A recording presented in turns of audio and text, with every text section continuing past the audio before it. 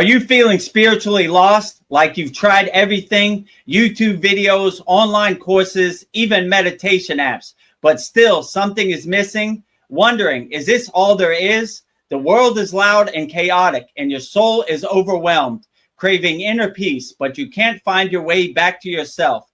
This is exactly why I created the Kriya Yoga Masterclass and my proven soul coaching system to help people just like you.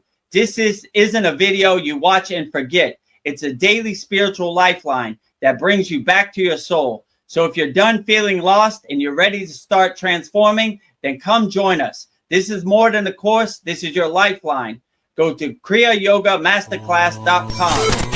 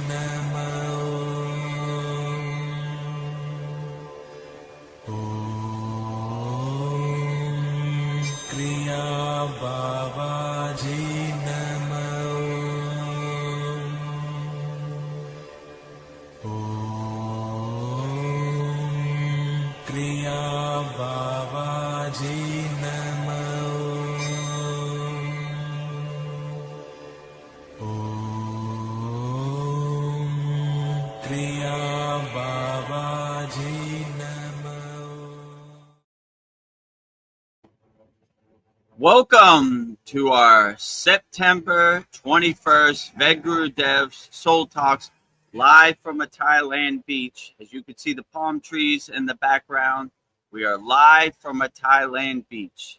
So if you have any questions, put it in the YouTube chat, or if you're backstage on StreamYard, raise your hand and we'll get to your questions and we'll answer them wholeheartedly. Before we get started, make sure you subscribe to our YouTube channel at Vedagurudev YouTube channel. We have over 1,070 subscribers on our YouTube channel. Daily Babaji quotes, very interactive community answering questions like we do on the Soul Talks and our Sad Songs videos. And also, if you want to discover the secrets of Kriya Yoga 100% free, go to freekriyayoga.com. Join our group and join 770 like-minded Kriya yogis and yoginis practicing Kriya Yoga 100% free all around the world. And if you want the advanced techniques and to master the supreme science of Kriya Yoga and join me, Veronica, and Paul and all of our members, go to KriyaYogaMasterclass.com and let's start getting to work. And with that said, we will start our September 21st Vedagurudev Soul Talks live from a Thailand beach. So whatever questions you have, put in the YouTube chat, or for our members, hold up your hand backstage and I'll answer your questions wholeheartedly.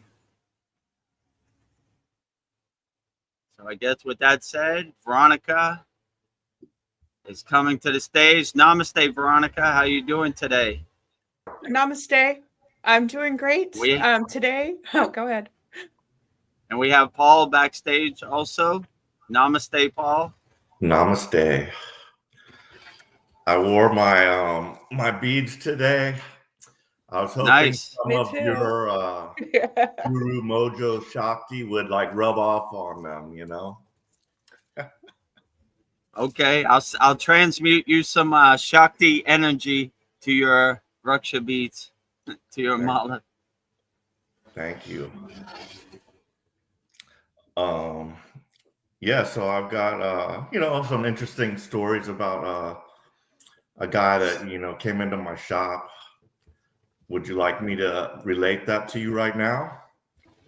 Okay, yeah. Hold on a second. Veronica, you have anything you want to say before we get into Paul's story? I I just want to say that I'm honored to be here and thrilled to be here for another Sat song. If anybody's interested, today I'm wearing a pink lily flower. So nice, very beautiful. Yes. I don't know. I'm manifesting a lotus flower when I can come to Thailand in person. We'll do a live stream in person. But until then, making do with whatever flowers I can find in California. So yes. So Sounds happy to great. be here. So yes. Continue, Paul. Thank you. And also, first, I would like to say that our Yagna Fire was great, and I thank everybody for their well wishes, and thank you, Veronica, for even adding me to yours. So, like, I got double whammy there. Yes. Thank you. You're my brother. So, for all those people that don't know, every full moon and new moon, we have a Holy Yagna Fire where our Kriya Yoga School Masterclass members send in their request, and we burn it up in the fire. It no longer serves you. You wave bye to it. So, yes. Paul is about to go into surgery next week, so we cleared the path for him to have the successful surgery. And we did it over and over. So, yes. Via Dan Van Tree, via the fire, via all our members' requests. So rising tides lift all boats. Collectively, we clear the path for all of our members. Well, I just have a quick comment from Sandy. She says, Namaste all. I love that lily flower. It reminded me of a lotus. Yeah, that's why I got it. I was like, it kind of looks like a lotus. So yeah, we're on the same page, Sandy. Namaste, Sandy. Yeah, I like Veronica's flower too. Very beautiful. Yes. I'll second or third that. Yeah, beauty's important. Okay, yeah, Paul, proceed. Okay. Yes. So it started off by I got like on Facebook Marketplace, you know, I list a bunch of my merchandise, and so the guy asked if I did have any computers available, and also was I hiring, and I'm like, yes to both questions.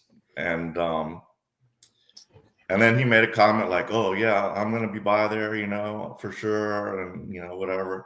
So I went to his profile. Well, you know, my boss, as you know, I sold my business, so yeah, I've got a new boss, and we're gonna be hiring people. And like, I had it also in my mind, like, what kind of person I would like to work with. Like, I had this like dream of like, yeah, I don't just want some dude that's like I'll be over there watching all my conspiracy videos, and he's like looking at me like all crazy. But I wanted somebody I could like totally relate to, but that also knew his job, that I don't have to babysit him and stuff like that. So I went, I said, let me just look at this guy's profile. So I like clicked into his profile just to get a little view, and my eyesight's not that good, but I just saw this, you know, guy with long hair, and I couldn't make out. I thought it was a white dude, you know, long hair, and he had like some spiritual stuff listed, you know, on some of his posts. So I was like, yeah, this guy's awake. So like, I kind of just like knew he was going to show up, and I was feeling excited about it, you know. I was like, this is going to be fun because I'm going to go down every rabbit hole with them, you know. So the dude shows up, and turns out he's like he's from Haiti, and the hair was like dreadlocks, you know. So it was like a complete like I was thrown aback. I was totally expecting somebody else, and like also I didn't like advertise anything about a job opening, so it was kind of weird that he asked, and I kind of thought he was someone who left me a resume, and I just sent him a thing we might be looking for. But that was the only other person I, you know, said anything about.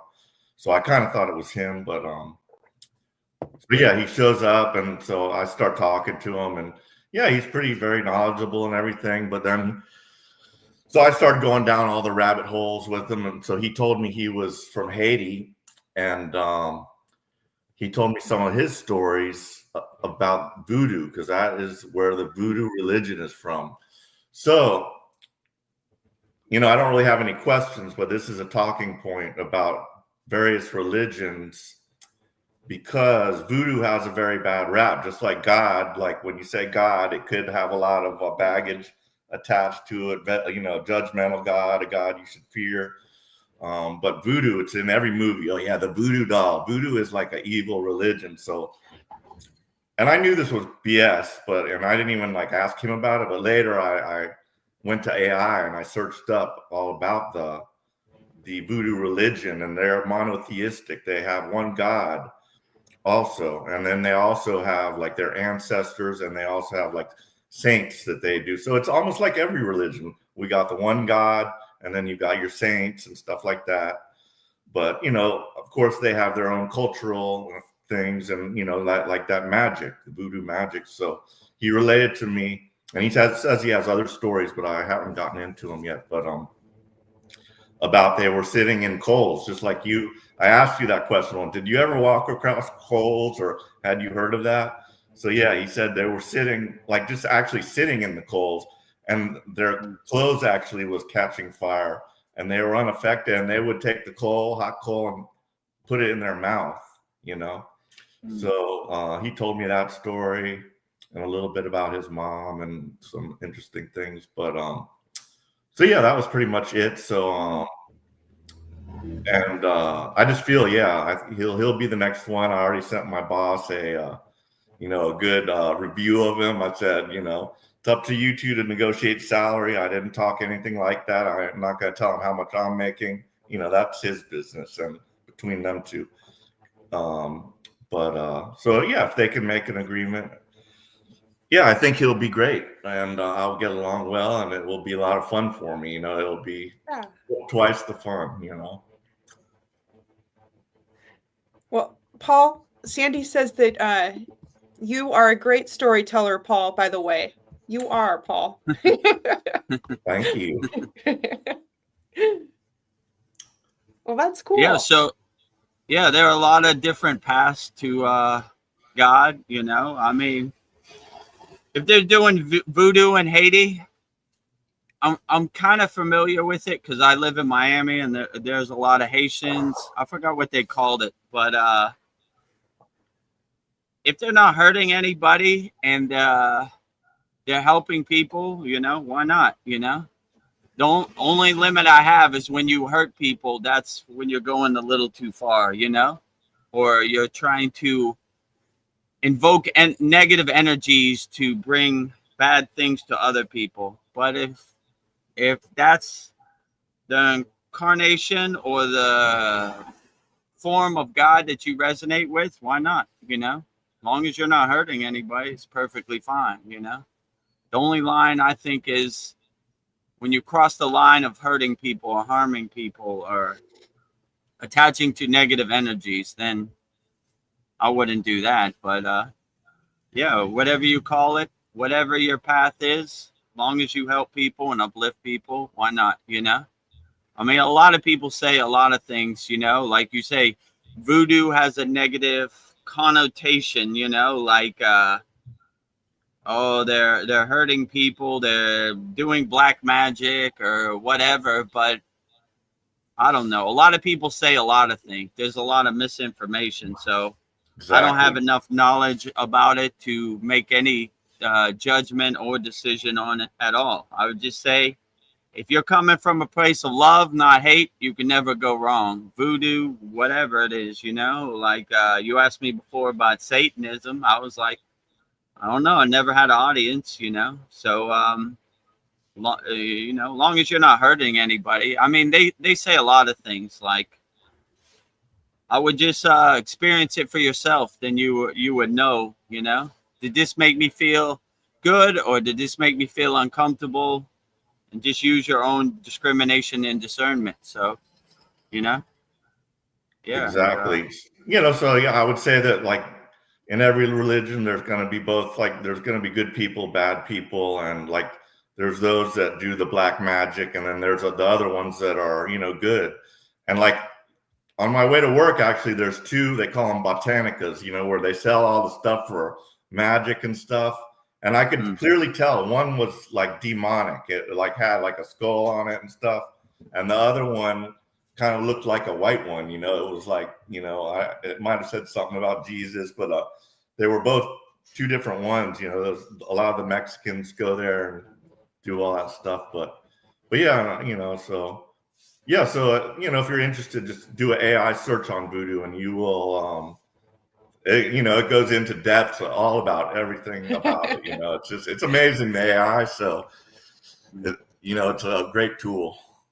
And I did that also with the American Indian, you know, religion. I was curious about that because that other guy that came in that told the Archangel Michael story, his wife was, you know, American Indian, and he didn't even know he had it in him, but he was in the dentist, and the dentist said, "Oh, you must be like American Indian or something," because in his teeth he had these like little divots in the molars, and he said that's, you know, that's a genetic marker of like a Native American thing. And I was like, and he was like, "Oh, wow."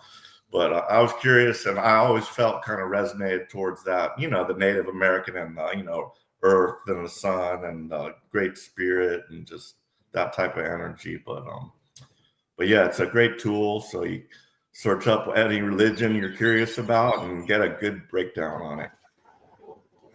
Well, and it's a good testament that when you're on the spiritual path, you could walk coals, you could put coals in your mouth, you could overcome the elements. However, right, you know, whatever your spiritual tradition is, it's readily available for everybody. When you tap into your true inner potential, you'd be surprised of what you could overcome.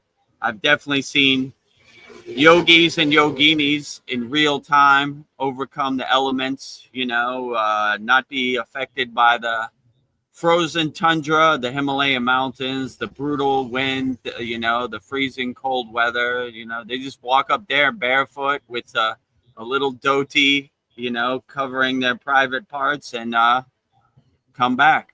They're good. I've seen one yogini walk up 24 hours and come down. It took us like 3 days, right?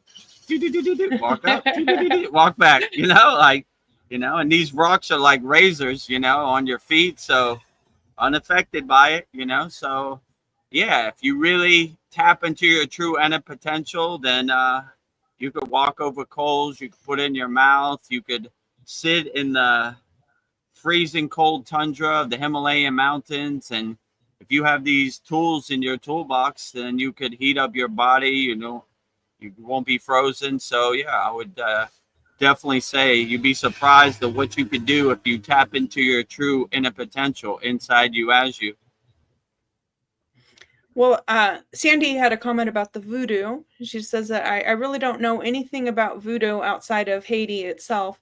It seems to be most prevalent in the southern U.S. states, mainly right. I've heard that hoodoo is a more positive version. ?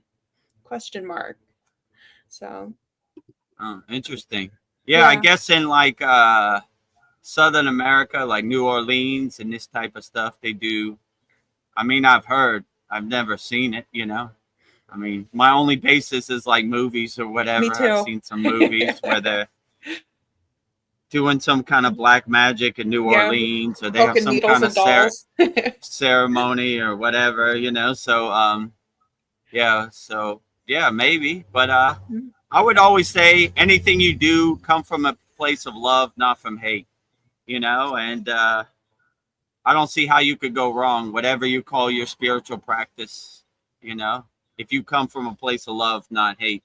So if you're trying to harm people or hurt people for some kind of outcome, that's your bad karma, you know, not other people's bad karma. So I would just love people unconditionally, and whatever you call your spiritual tradition, voodoo, hoodoo, woodoo, whatever, it's perfectly fine, long as it's coming from a place of love, not from hate. So yeah, a lot of people say a lot of things. I'd rather experience it for myself. Like I can't make a judgment, or how could I say how it made me feel, because I've never had an audience, so I wouldn't know. But I would just say, to make a long story short, always come from a place of love, not from hate.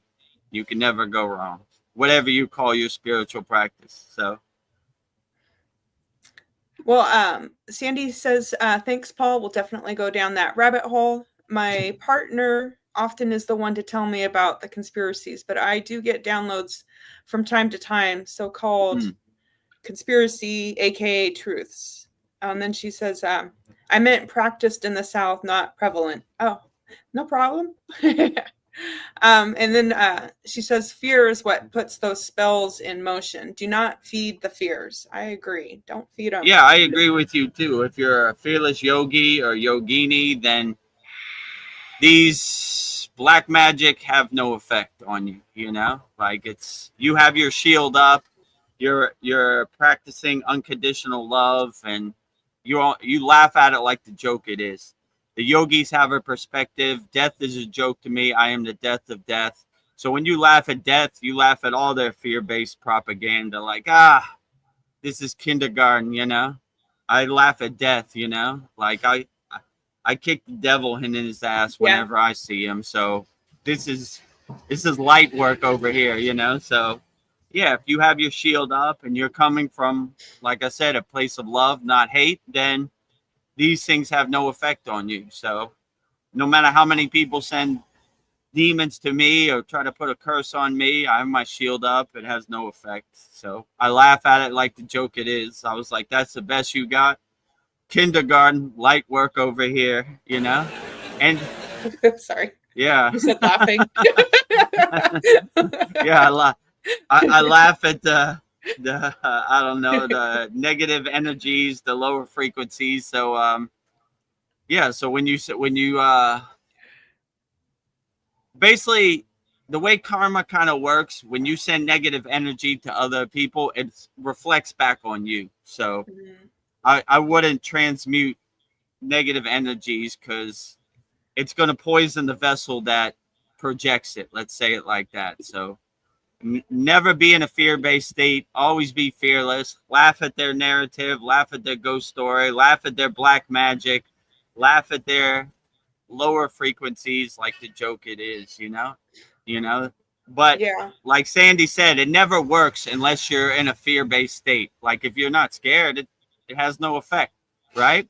You'll be sorry. I'm gonna curse you. Okay, I don't care. You know, nothing, right? You know, like it just dissipates. It just dissolves. So, and it only works if you're in a fear-based state. If you're not in a fear-based state, it has no effect. So you just, whatever.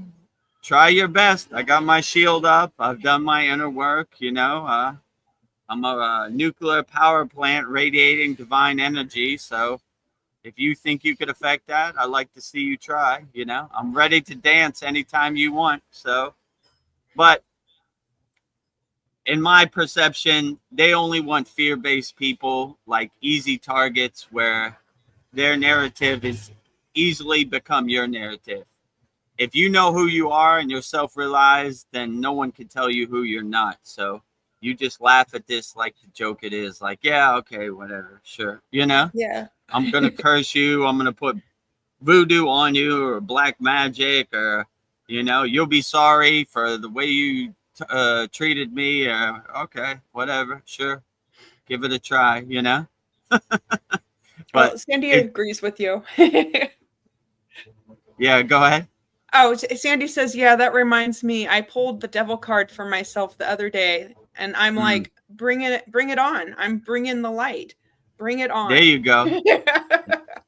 You have the Vedagurudev perspective. That's anytime the devil shows up, I put my foot straight in his ass. You know, I want to be Braveheart running down the hill with a Superman punch right for the devil's face, but I never get that opportunity. So I stay ready, so I get ready. So if you pull the devil card, then you say, oh, okay, I guess I'm where you at? Show yourself.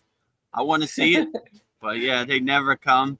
When you hold up the white flag, the black flag hates the white flag and tries to stay away from the white flag because these are people who are self-realized and enlightened. They know the truth, right? You know, so the light brings darkness. Light brings the light to darkness. You know, so be a lighthouse to darkness. You know, but to me, in my perception, these lower frequency beings attached to lower frequency emotions and thoughts and whatever. They're almost like, how could I say this lightly? Cockroaches or rats in the night, you know? They try to lower your frequency and scare you with their fear-based narratives, but if you see them for who they are and you're not scared of them, you just laugh at them like, oh, look at you, you know? Trying to sneak it through the back door and run up on me, you know? Like, yes. No thanks. So, yeah. But if you come from a place of love, then all this fear dissipates. You laugh at it like the joke it is. Like, oh, look at you. You're so scary with your black magic and your, I don't know, darkness or lower frequencies. You know, not scared of you at all. Yeah. Like Sandy said, I work for the light. I don't work for the darkness. You're a joke to me. You're a comedy show. I laugh at you like the joke you are. So go away. No fear over here. Fearless yogis and yoginis over here. Nothing fear-based over here. Yes, and she's kicking the devil's ass. So. Yeah, kick the devil's ass any chance you get. I never get an audience, you know, but I stay ready so I don't have to get ready. So if that day comes, my foot is shined up and ready to go straight, you know. Don't let the door hit you where the good Lord split you, you know. I'm Braveheart running down the hill with the white flag. Oh, devil. So you know, they never come around. They like easy targets, fear-based, you know, people who are in their fears, are scared, you know, oh, you're so scary with your so-called fangs, your so-called pitchfork and pointy tail. Joker to me, you know, get lost. Go away. Yeah, so I'm going to ask Stephen about the hoodoo voodoo thing. Yeah. Yeah, he actually came back we talked for like 3 hours the first day, and then he came the next day and he brought a computer with him that he was working on that he was having a problem with. So I got to see him in action a little bit. I was like, oh, this is good. I can see him in action and see like how, you know, if he really knows his stuff. But we determined it looked like a bad power supply, but we tried he had gotten one and it still didn't work. And he was like, you know, I tested his and there was some kind of problem. Then we put one of mine in there and it still wouldn't turn on. So we just had to transfer the data to a new computer. So that's what we ended up doing. But anyway, I'm also, I just put a link on the free school to a book that I'm reading called Bleed Through. So highly recommend this book. It's like an amazing story, and it reads like science fiction, but it's like all the stuff that I really know is going on in the world. But he's an experiencer, and he had like lots of different kinds of experiences. And so he tells his story, and like when he started off telling it, it kind of sounded like my story. I mean, without the experiences, but like just he described his life and how people perceived him, but like yet there was something missing, you know, like he had gotten everything. He's got the American dream and everything going, but yet he's like kind of empty. And so that's when you like you're starting like, there's got to be something I'm missing here, you know. I'm still not happy, you know. So searching for spirituality, but yeah, he goes through this whole like journey, and so he had experiences also with like negative astral entities, and he told about, you know, how they can attach to you and different things about what they do sometimes to manipulate you in a relationship. Like, you know, they'll set you up with like a negative type of person so that they can feed off the loose of that, you know, and it'll like a lot of stuff. He goes pretty deep. So he said, and I do this too, like, so this made me relate also. Like I you know, believe in the tarot, astrology, Reiki, psychics. I do that, and I've had Reikis, you know, I've had several, you know, many Reiki sessions. And I remember one time it's normally just like she's working with your body. Oh no, well this is like a massage, but she's combination Reiki, so she wasn't like full on, but she's a Reiki master too. So it was my instructor at the yoga class, and she's like, she calls it a Thai massage, but she's doing Reiki on you at the same time. And on the Thai massage, she's kind of like, it's almost like together you're both doing yoga moves, and she'll like use her feet to like push on you a certain way. But this one time, she's like, she felt like something in my stomach. I think she was using her Reikis, and it was really super weird. And sometimes she like has a drum, she'll like beat it, and you'll hear, you know, these vibrations just like going into you. She'll like walk around you with a drum. And but she got something out of my stomach. She put her hand like this, and she said, "Don't worry, this is not going to hurt or something." And she like pressed down, and like as if she was like getting some type of negative attachment out of my, you know, my system. And I kind of asked her about it. She was kind of vague on it, but I was like, "What was that all about?" You know? But yeah, I don't know. She just was guided to do that, so. Yeah, so it's weird, you know, but yeah. So anyway, I'd recommend the book, and you can like, you'll be hooked if you just it's you know, it's on Amazon, so you can like download a sample, and it's a pretty long sample. You can read like, if you read just that sample, you're gonna be hooked, and you'll just like, I got to get this book, you know, and I can't really put it down, so it's very a lot of insights in there, I'll just say, and a lot of about what's going on in the world, and I think, you know, it's good. A good book to read that I just okay. Yeah.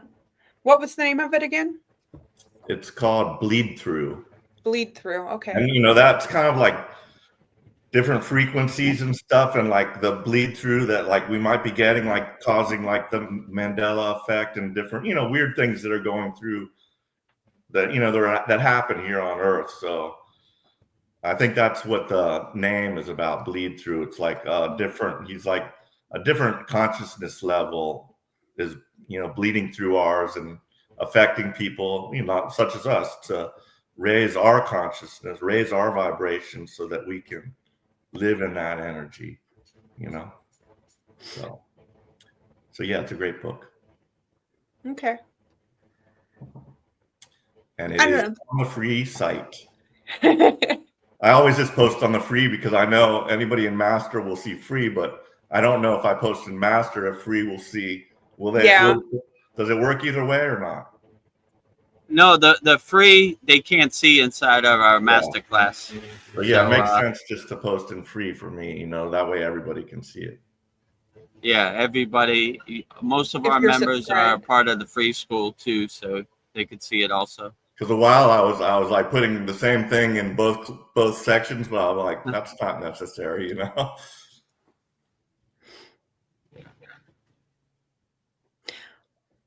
Well, if you don't have anything to say, Paul, I guess I will go next. I don't know. I've been thinking the powers that be, our overlords that run this world. I think they know who the chosen ones are. I think they know exactly who they are.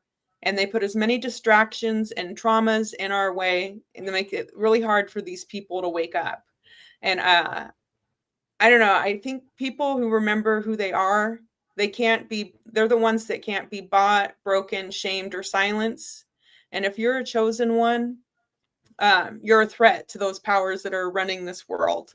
So I was thinking, if this is true, I don't know, if you know that, like, yeah, bring it on. Yeah, you think you can hurt me? Like, the worst that, you know, I did have a rough childhood. My parents would leave me alone, and I had to fend for myself. So I think, like, maybe things are put in our ways to like distract us, to make it really hard for us to wake up because we're so stressed and dealing with so much trauma. And I think, you know, if we are a threat, they would know exactly who we are. So I was just thinking, like, I don't know, the world just, you know, but everything has happened to me. I think it's transformed me and made me stronger and maybe even purified me. So yeah, thank you for making my life hard. I just want to say thank you, overlords. So that's in the book. Literally that what you just said, it's all in the book. So you gotta read that book specifically. Yes. Yeah, Yeah, so and then I would say you should be built for this, you know? Like you should wake up every morning like I was built for this. Like yes, they're gonna throw you psyops, they're gonna throw you narratives, they're gonna throw the veil, the curtain over you so you can't realize your true inner potential. But once you become aware and you're aware of the pieces on the chessboard, the Wizard of Oz behind the curtain, then you know their game. Like, oh, there they go, running the playbook again. yeah, Boring. You should get a new playbook. You've been running this playbook since JFK. Get a new one.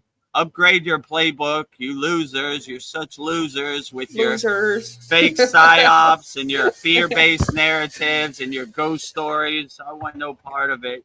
So yeah, when you start to see the pieces on the chessboard, you know the game. Like, oh, there it comes. I knew it was coming. You know, Yeah, there it is, right there. But yeah, they do everything in their power to stop you from realizing your true inner potential. Once you realize your true inner potential, you laugh at all this like the comedy show it is in the Maya delusional world. So anytime they try to tell you anything, I like, oh, here comes those liars telling those lies again. Liars tell lies, you know. Oh, let me tell you a story about a faraway place you should be scared of. Boring, boring. Go outside my house, look up in the sky. No airplanes, no bombs, no fire. Not where I'm at, you know. yeah. One of our members in our last class said Ramayana Maharishi. They asked him about, I guess it was World War II or Vietnam, one of these wars. He says, not in my universe. It doesn't exist. So I don't want nobody else's narrative to become my narrative. So in my happy place, inside me, as me, none of this exists. It's all a bunch of fake movies and ghost stories that doesn't exist in my universe. So make your universe so happy and blissful and so harmonious that you're unaffected by any of this stuff. You're like, let me tell you a story about what you think about Israel or Palestine or whatever. I don't know, like, no thanks. I don't want your ghost stories or your stories about God to become my stories about God, you know? Have a God of your own choosing, no borrowed beliefs, you know? No Figure it borrowed out for beliefs. yourself. Let me, you know, so yeah, let me tell you a story about what God ate for dinner yesterday. You're like, nah, no thanks, you know? I have my own connection to God. I have an own direct phone number to God. No middlemen, you know? No nobody Yes. besides me and God in our connection, you know.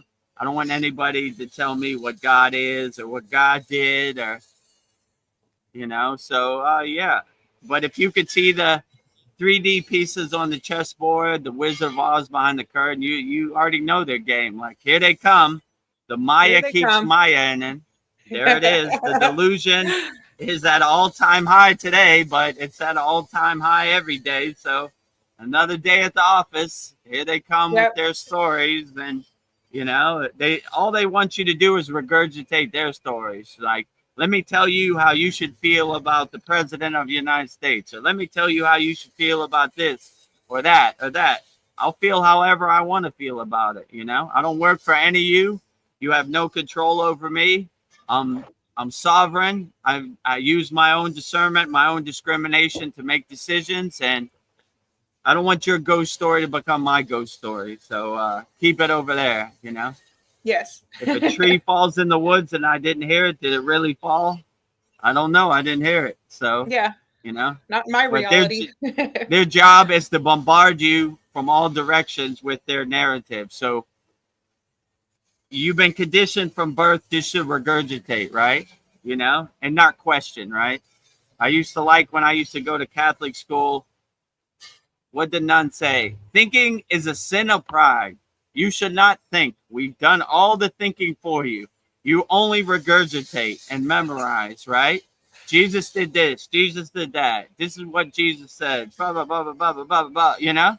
Use your own discrimination and discernment to figure out what form of Jesus resonates with you, or maybe no form. It's perfectly fine. Resonate with whichever form makes you feel the best. You know, whatever form of God or incarnation of God you resonate with, that's perfectly fine. You know, long as it's coming from a place of love, not from hate. You know, if a squirrel is your God, perfectly fine. If it makes you feel good, who is anybody else to say what your God should be? You know, so yeah, we've been conditioned at birth to just regurgitate and memorize, but when you start waking up and becoming aware, then you're like, nah, you know, I don't want your God to become my God. I'll use my own discernment, my own discrimination to figure out which form of God works the best for me. And if God is everywhere and everything, then everything is a form of God. So if you pray to a tree, a squirrel, or a picture of Jesus, what's the difference? It's all God anyway. So if you see God everywhere and everything, you can never go wrong because everything is God. So yes. I've got a question for Sandy. Oh, good. Or Veronica, but I want to know if she's heard of star seeds, and you know, if she knows what it is. Does she identify with any? And you were Veronica were, you know, saying like chosen ones, you know, like, yeah, like I think, you know, we're all here on some kind of mission, and like we're connected with you know, the galaxy and different, you know, races that might be out there. You know, who knows what really is, but you know, there's a theory that, you know, there's star seeds and, or, you know, chosen ones, whatever you want to call it. But I just want to know if Sandy's heard of it, or if she identifies with any particular star race. Some of us are into that stuff, and we like, oh, I think I'm like Pleiadian. You know, maybe there's a Pleiadian ship out there, and I'm like the boots on the ground. You know, maybe Pleiadian soul incarnated in this body, basically, but still under the veil. You know, I don't know that, you know, but who knows, you know, the veil, you know, that's the big problem. Like we've had all these lives, we can't remember it, don't know where we're from or anything about that. So, yeah. So while she's thinking, you could chime in if you want, Veronica. Well, I've been thinking, I don't know if I'm a star seed, but I think there's some clues, like you feel like you don't fit in. Like you feel like your family doesn't understand you. You question everything. Mm-hmm. I don't know. You've always known that there's more to this world. There's something more. I mean, maybe like you walk into a room and the energy just shifts, and like people either love you or hate you. You make some people uncomfortable. I don't know. I feel like I feel like I've always been protected. Like as much trauma, I had a hard childhood, but I was always protected. Like something would come in. Usually it was animals that would protect me, but I feel like there is something like a divine force that is protecting me. I'm not saying that I'm special, but I feel like, you know, maybe that's a clue that I'm more than what I think I am. So I think I don't know, you're not just here to survive. I feel like some people are here to wake people up. Like your soul won't let you forget. I feel like you're waking up, like the chosen ones. I think they're here to wake people up, lead, heal, build, and teach or guide people. I feel like maybe those are the soul, you know, the soul seeds, or maybe we all are. We just have to wake up. So I don't know. That's my thoughts on it. Sandy, I had a similar experience in my childhood. Almost all, you know, to the letter. You know, I had a traumatic kind of childhood and didn't ever fit in. You know, so yeah, you're probably a soul, you know, a star seed. Sandy has some thoughts, so I'll let her chime in. She says, yeah, I've heard of them. I feel we are from somewhere else, not of this planet, as we are part of all that is conscious, having a human experience. Exactly. And then her comment above that was that she was feeling the heart chakra expansion happening all around us, by the way. And I can feel it. And then she mentions the lily power. So flower power. Yeah. Thank you, Sandy. Yeah, there's nothing more powerful than a heart chakra. It's called the Anahata chakra, which is once it expands in all directions, then watch out, you know? Yeah, like watch out. I like to think of the heart chakra like Iron Man, like that super green, go light, right? So the color associated with the heart chakra is green. So green means go. Go and love as many people unconditionally as possible out there in the universe. So let it expand in all directions. This when you're opening your heart chakra, just don't go to the bank, because you'll give those greenbacks to everybody everywhere, right? You need some money. You need some money. Unconditional love. Have a great day, my friends. You know. I've got some spicy stuff from Sandy. She says, I've gotten various downloads on last lives. Also have seen visions of being in various other planets and galaxies, past lives. Yeah. Nice. I knew that, you know, I don't know. I feel like I am from somewhere else.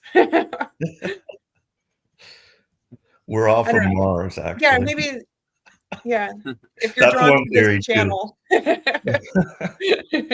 We're all Martians, you know. They came here when their planet died, and that became us. Yeah, we're all aliens. They're definitely walking among us. Yes. Yeah, that's interesting. But as Vedagurudev would say, if they have positive energy, they're welcome in our ashram, right? Yeah, you have tea. Absolutely. My door is always welcome. My welcome mat is always available for anybody who has divine energy to come in and have tea. So also in this book, he had a meeting with inner Earth being, okay, and he goes also into inner Earth and talked about Shambhala and stuff like that. So the book is just, you know, it's fascinating. I mean, I heard of all this stuff before, but just having him put it together, like, oh, he's figured it out exactly the same way I did. I could actually tell that story minus all the weird stuff that happened to him. I really didn't. If anything weird happened, I blocked out the memory of it, you know. But what did he say about Shambhala? Well, he had an account. Well, what happened was after some of these experiences happened to him, because he had, like, you know, he had demons and shit attacking him too, and like stuff happened to him during his dreams, and he said he would get paralyzed, sleep paralysis. He would like wake up, and then there would like be a being sitting on his chest, and like he cannot move. He can just move his eyes around, and like he was being attacked. But anyway, after like some of these experiences, he learned how to fend that off, and how to, you know, just as they like the Caversham shield, he says about how you put a shield of white light around you, and then just know that, you know, these beings like don't really have any power. Once he learned that, like he was able to fend that off. But so he was like interested in inner Earth. He started reading some stuff, and like he had like a spiritual awakening. So he started to like just say, I want to try to, because he heard you could do this just by thinking about it. I want to communicate, just like they also do, like Stephen Greer, they had that CE5 where they get together and they try to like summon some starships, you know, and they'll come, you know, all of a sudden lights will be there and weird stuff like that. But he decided to try that with the inner Earth, and he was persistent. And like, you know, he said for months he would go every time. He said he would use his third eye and visualize like he's got like a line going down to inner Earth, and he's like contacted with somebody else on their third eye. And anyway, he would just do that, and like just he would be meditating and stuff. And then one day he said he got a text message on his phone, and it said like, are you ready to meet us? And he was like, yeah. And so they said, go step outside your door. And he like went out into the backyard, and he said his dog was like, normally his dog just gets right up whenever he gets up and runs out, but the dog was like in a stupor or something. And then he looked out around, and there was nothing there. But then all of a sudden he saw like this light materializing inside of his room, and a being from inner Earth and it was a female, and it was dressed in a beautiful like white gown with a blue something under it, and wearing like a crystal. And she said, he freaked out, of course, but it took him a while to gain his composure. But she like telepathically communicated with them, and she said to him, "Honey, you're not ready." But then he got a download, and then she just like faded out some same kind of way she came in, I guess. But then in the book he goes on to mention about inner earth, just what he's heard about various things about Shambhala is like, like you said, in another dimension, but there's also like caverns in the earth where they might be within the third or fourth dimension, where where the deep underground military bases and the ant people, and they're all connected underground. But he says there's different, they call that inner earth Agartha, the Agartha network or something like that. But and oh man, there's just too much to mention, because the Nazis found that, and a U-boat went in there, and there's like a letter from the U-boat commander. He got a letter out somehow before. Well, I don't know how he got the letter out, but they read the letter and they said our U-boat, and this U-boat went missing, and the U-boat commander said they went in, but we're all right. We're not being forced, but we're not coming back. And they never came back. That ship never was found. But just so many stories about inner earth and stuff. It's kind of mind blowing. Yeah, it's interesting. You said Shambhala was inner earth? Shambhala, he said, similar to you. It's a dimensional, like it's a higher dimensional. He went. I'm just in that part right now, so I don't remember the whole thing. But mainly there's different inner earths. Some are on one dimension, and others are in an accessible dimension that we could actually go down and be in there.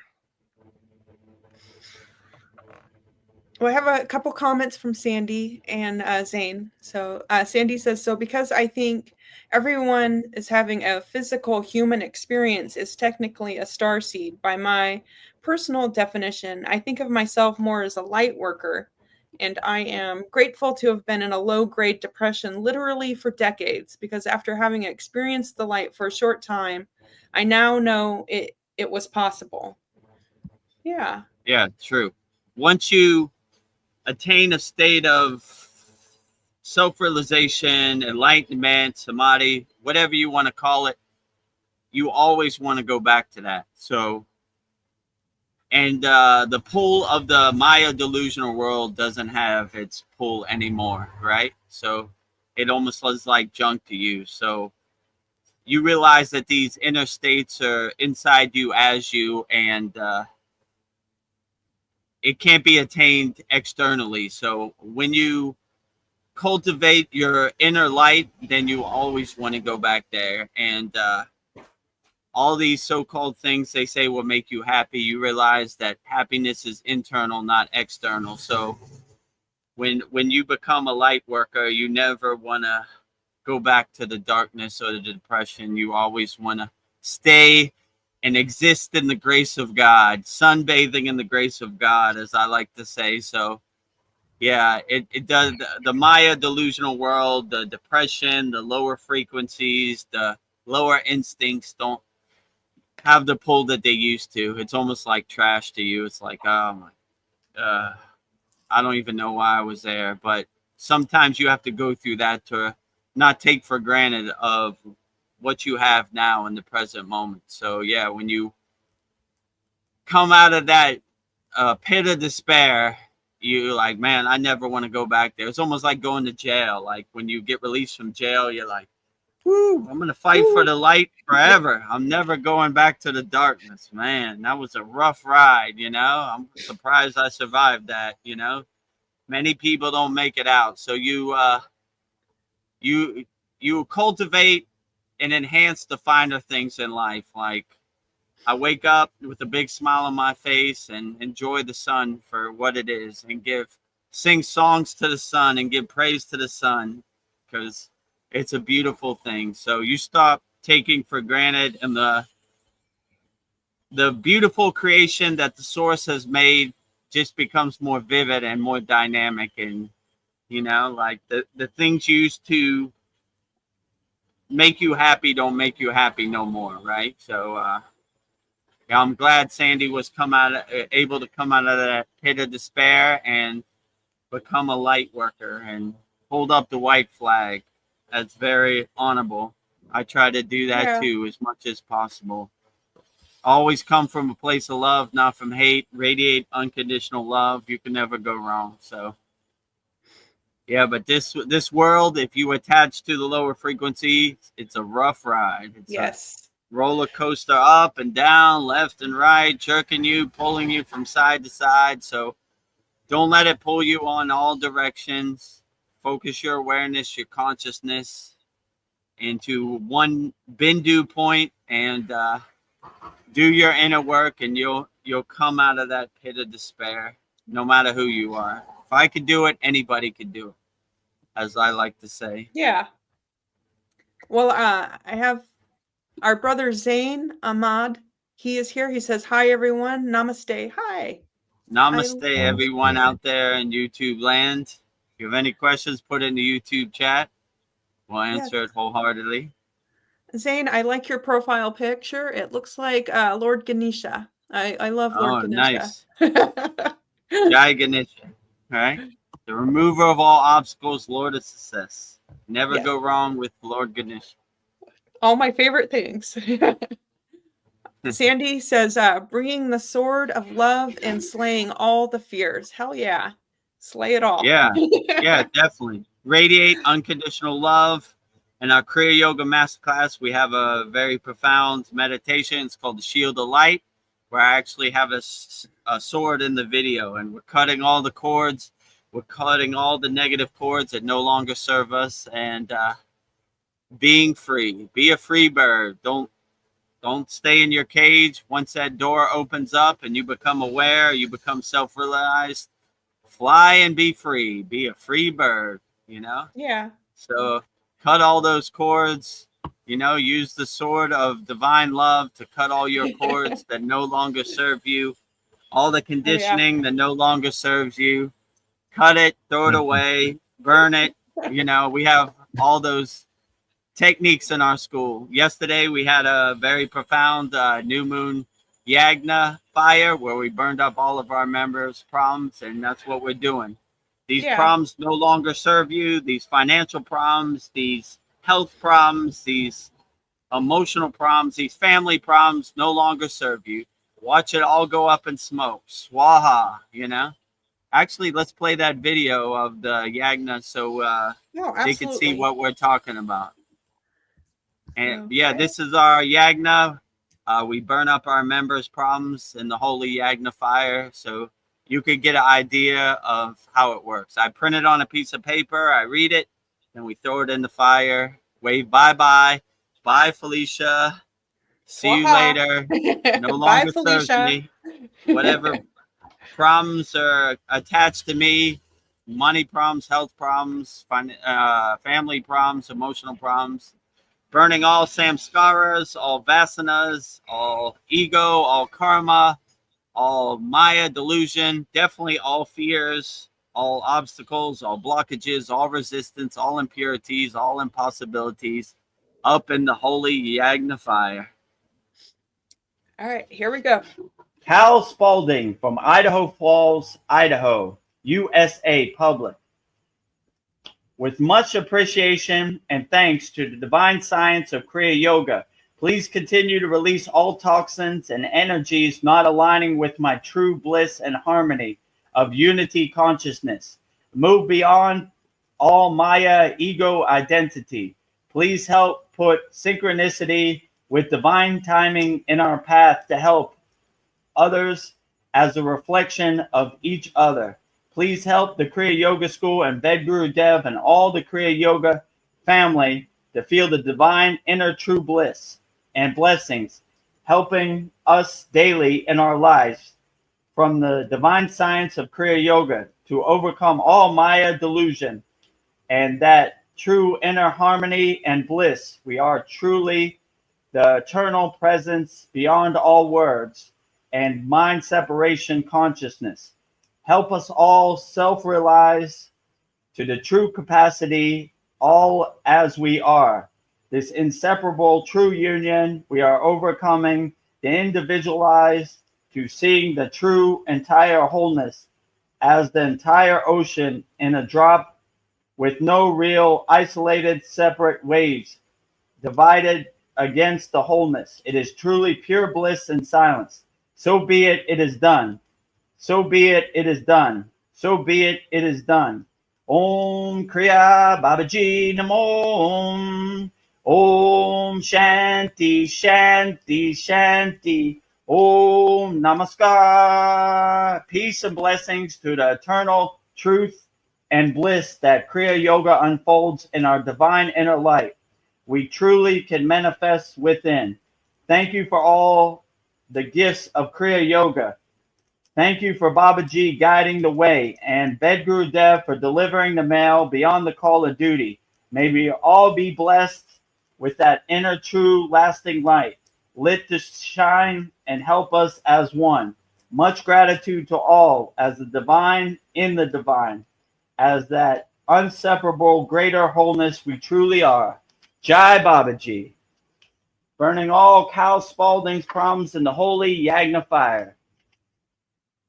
Jyoti, Jyoti, Jyoti Soyam, Jyoti, Jyoti, Jyoti Param. Swaha. So you see right there, Swaha. We burn it up. We have an audience of Babaji, Mataji, Goddess Lakshmi Devi, Lord Shiva, Lord Ganesha. And burning up all your problems. So that's a benefit of being a member of the Kriya Yoga Masterclass. So that's one of our members, Cal, when we burn up all his problems. So you can see how we do it. So whatever problems you have that you're attached to, we burn it up. It no longer serves you. Watch it go up in smoke. Swaha. Swaha. Goodbye. So in our Kriya Yoga school, we cut the cords. We burn all the problems. We do everything we can not to attach to any of these problems. Let it go. We have millions of techniques, for detachment, sooty, cleansing, purifying. So, that's a benefit of being a member of our Kriya Yoga school. So we burn up all of our members' problems in the holy fire twice a month, every new moon and full moon. Yesterday was the new moon. Next one will be the full moon. Swaha. Swaha. Well, Katathu Roti says, just a thought, any chance we can hear more stories from you, Vedagurudev? I think some people learn well through stories. Well, we're going to have to think of a topic for you. I've got a recommendation for one of my favorite stories is how he met his guru and like how that trip to the Himalayas came to be, because that was kind of very mystical. Yeah, that's your origin story. Yeah, your origin story. It's Spider-Man story. Which Spider-Man? How did I become Vedagurudev in, 20 minutes? So basically, to make a long story short, I went to what's called second level initiation in India, and my roommate was a yogi from Brazil, and his guru was my guru, and he basically was telling me stories about his guru, and I thought nothing of it. Then I went back to Thailand, and a couple months later, I was doing my meditation, and I got this darshan, this intuition that you need to come home. And I said, come home where? And he said, come home to the Himalayan mountains, to Santupal Lake, which is the abode of Babaji, the ashram of Babaji. That's where Babaji lives. That's where his ashram is. So, and I heard stories about it before. People saying I almost died going there. It's very harsh to climb the mountains, very steep. It's basically unattainable. So I was like, I hope I never have to go to that place. I'm a tropical Miami, Thailand type of guy, not a frozen tundra, cave sleeping, camping yogi. So when that happened, I was like, okay, Babaji, where is home? And he said the Himalayan mountains, Santupal Lake. And I heard the stories before, and I was like, oh, I hope not. But maybe this is a joke. So I was like, how would I get there? I have no clue how to get there. And how would I? He said, you know, the person you went to second level initiation and who was your roommate, contact him and he'll take you there. And I was like, I find that highly unlikely. That's never going to happen. And I was like, all right. So I sent him a message on WhatsApp app. I'm like, can I call you? I want to tell you something. And he's like, okay. So I called him. He's like, you're not going to believe this story, but I'm going to just tell you. You're probably going to think I'm crazy, but I'm going to just tell you. And so I called him and he was like, listen, Babaji told me to call you. And I know this sounds crazy, but you and your guru are going to take me to the Himalayan mountains, right? And he paused for a second. And then he was like, how you know? And I was like, how do I know what? And he was like, how do you know? And I was like, I don't know anything. I'm just telling you what happened. And he was like puzzled. He paused. He was like, let me call you back in an hour. I need to talk to my guru. And so he called me back in an hour and he's like, you're not going to believe this either. Me and my guru had a darshan that we were supposed to wait for somebody to go to Santupal Lake. And we now know that that person is you. So go to the store, buy some hiking boots, buy some hiking poles and everything. And, fly to India on this date, get a visa to India and everything. And I was like, I live in Thailand. Where am I going to find hiking poles and everything? I mean, in India, you could probably find it. But Thailand, there's no mountains, there's no snows, so he's like, go to a store called Decathlon. So I looked it up on the internet and I was like, oh, there is a Decathlon in Pattaya, this by the city I live, but they're only going to have beach stuff. Like, I don't know what they have, like beach clothes, surfboards, beach stuff. I went there and sure enough, they had all the hiking gear. I don't know why they have hiking gear in Thailand. So I bought everything. I went and met him in India. They picked me up from the train station and I went to before he was my guru, I went to his ashram. And as soon as I got there, he told me to stand there. And when I stood there, he said, just stand there, don't move. And he like scanned me, closed his eyes. And after 5 minutes, he said, okay, you're good.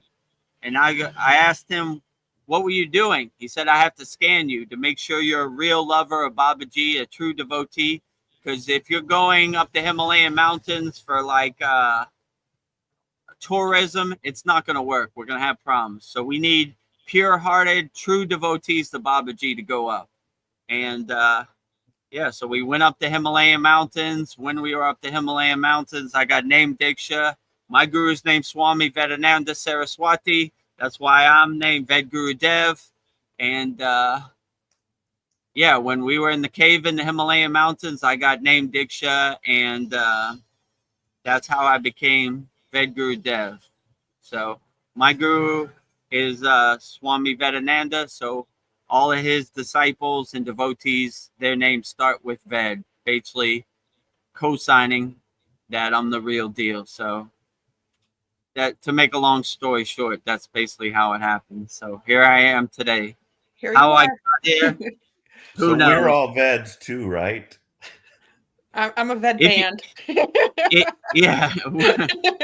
We're all Ved bands, I guess, I mean, if you want to be a Ved, you can. If you don't resonate with the Ved, it's perfectly fine. I'm not as... You're our guru, so, it's a line. We have to be Veds. I mean, you don't have to. But, I mean, okay, if you want to be a Ved, I guess, I guess it's part of the lineage, the parampara, that the Ved lineage continues into the future, I guess, in all directions. So, it's possible. We are Ved bands. That's what my guru would say, Ved bands, right? So, yes. The guy I was a roommate with, his name is Ved Muni. All of his devotees start with Ved, so it's Ved everything. So that's why I'm Vedagurudev. People think I'm Ved because I know the Vedic texts or this. I'm not a Vedic scholar. It's just my guru co-signing me. So I have a high bar to cross because Ved, people always think this is for the Vedic text. Guru, which is like a guide, and Dev, which is God. So they set the bar high for me, I have a lot to live up to. Maybe this is a good opportunity to play your video about your guru. I don't give a face. Okay, yeah, let's play that too. We just played the Yagna video. Yeah. So for everybody that doesn't know who my guru is, this is always the question. Who is your guru? What is your parampara? What is your lineage? This video basically sums it up in 2 minutes. You could see my guru. You could see me in the Himalayan mountains.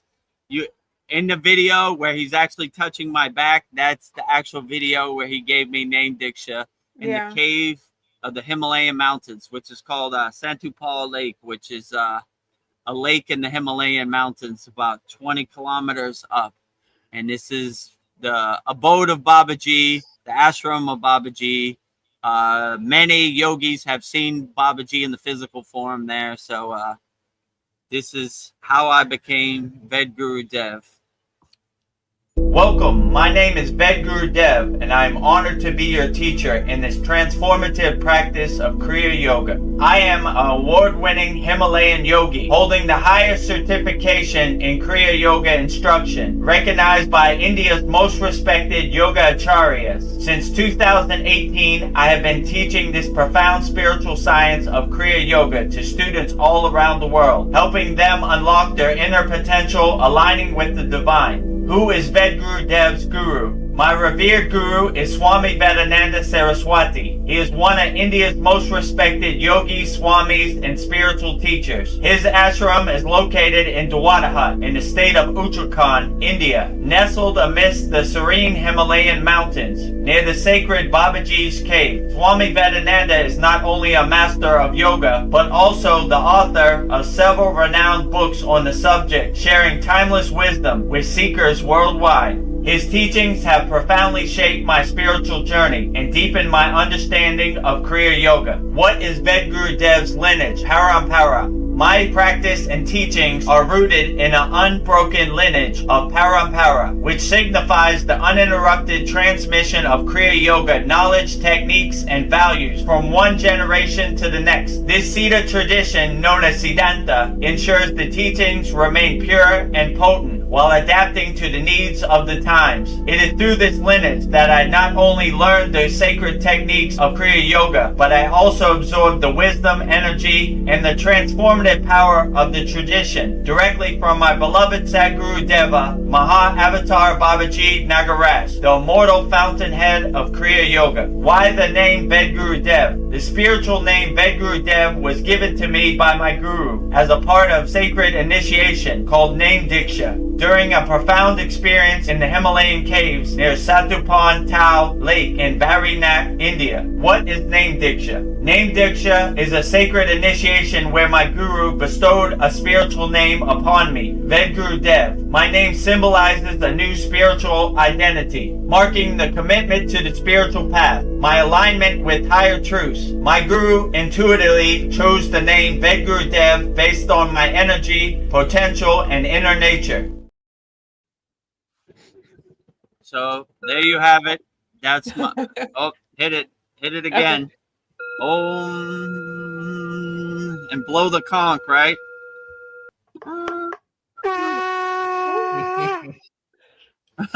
Okay. Sandy asked for sound effects. I was just giving Sandy what she wanted. Oh, okay.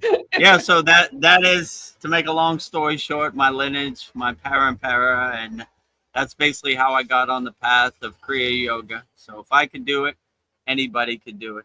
So yeah, so that's my story in a 20-minute bundle. Thank you. Nice. Well, I hope that satisfied his desire for stories. We got more stories. Well, we've got lots of action in the background, so I'm just going to go through it real quick. Sandy says, from my experience, meditation, including Kriya, is a gateway to true peace and freedom. I agree. Yeah, absolutely. Kriya Yoga is the path that I resonated with, and yeah, a good gateway, a good doorway to align myself and realize my true inner potential. Give me a clear step-by-step roadmap to Satchitananda or enlightenment or samadhi. So yeah, we use these techniques, these kriyas in our Kriya Yoga school as tools to put in our toolbox and put in our pocket to help us navigate this crazy Maya delusional world and help us integrate it into our daily life. So the goal is to have a 24-hour day mindful meditative experience no matter what you do. You clean the dishes, meditative and mindful. You take out the trash, meditative and mindful. You drive to work, meditative and mindful. So you kind of integrate your Kriya Yoga practice, your meditative practice, your mindful practice into your daily life. So you stay mindful no matter what you do. Wake up mindful, go to sleep mindful, throughout the day mindful. 24-hour day yogis or yoginis, right? So yes. we don't just sit on our meditation cushion for 10 minutes, then the rest of the day do bad things. We do good things all day, right? Yes, so we're not like what would my guru say? We're not Sunday yogis. We're 7 days a week, 24 hours a day yogis. So no matter what we do, we integrate it into our daily Kriya Yoga practice, you know. So yeah, so yeah, so my chosen path is Kriya Yoga, and if you resonate with Kriya Yoga, we have everything on the screen right there. Yeah, subscribe to our YouTube channel, and yeah, and yeah, right there, at Vedagurudev, daily Babaji quotes. We answer each question every day on there, and yeah, discover the secrets of Kriya Yoga, 100% free. Go to freekriyayoga.com, join our group, and yeah, join almost 800 like-minded Kriya yogis and yoginis practicing Kriya Yoga, 100% free. We have a good beginner mini course that will give you some framework and get you started on the path. And if you really want to learn the advanced techniques, join me, Paul, Veronica, and all of our members in our Kriya Yoga Masterclass. Go to KriyaYogaMasterclass.com.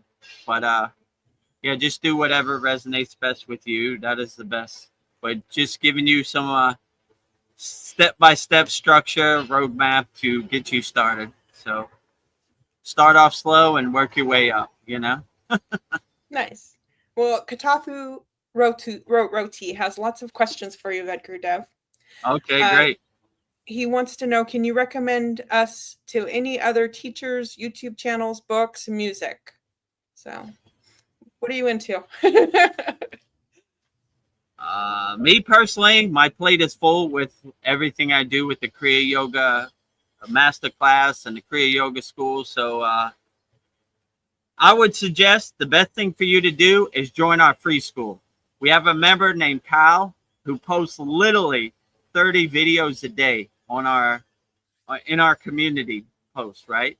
And these are all very profound videos about Kriya Yoga, everything Kriya Yoga. So anything you want to know about spirituality, he definitely has a video for it. And we have like a search bar at the top. You could just type in Babaji and there'll be like 100 videos that will come up. So I would say that's probably the best thing to do. What I personally do, like I said, my plate is full with all of our members and all of our live streams. So I just I dwell in our own Kriya Yoga school, to be honest with you. So I don't really know what anybody else is doing. My 24 hours a day Kriya Yoga school. So helping our members, answering questions.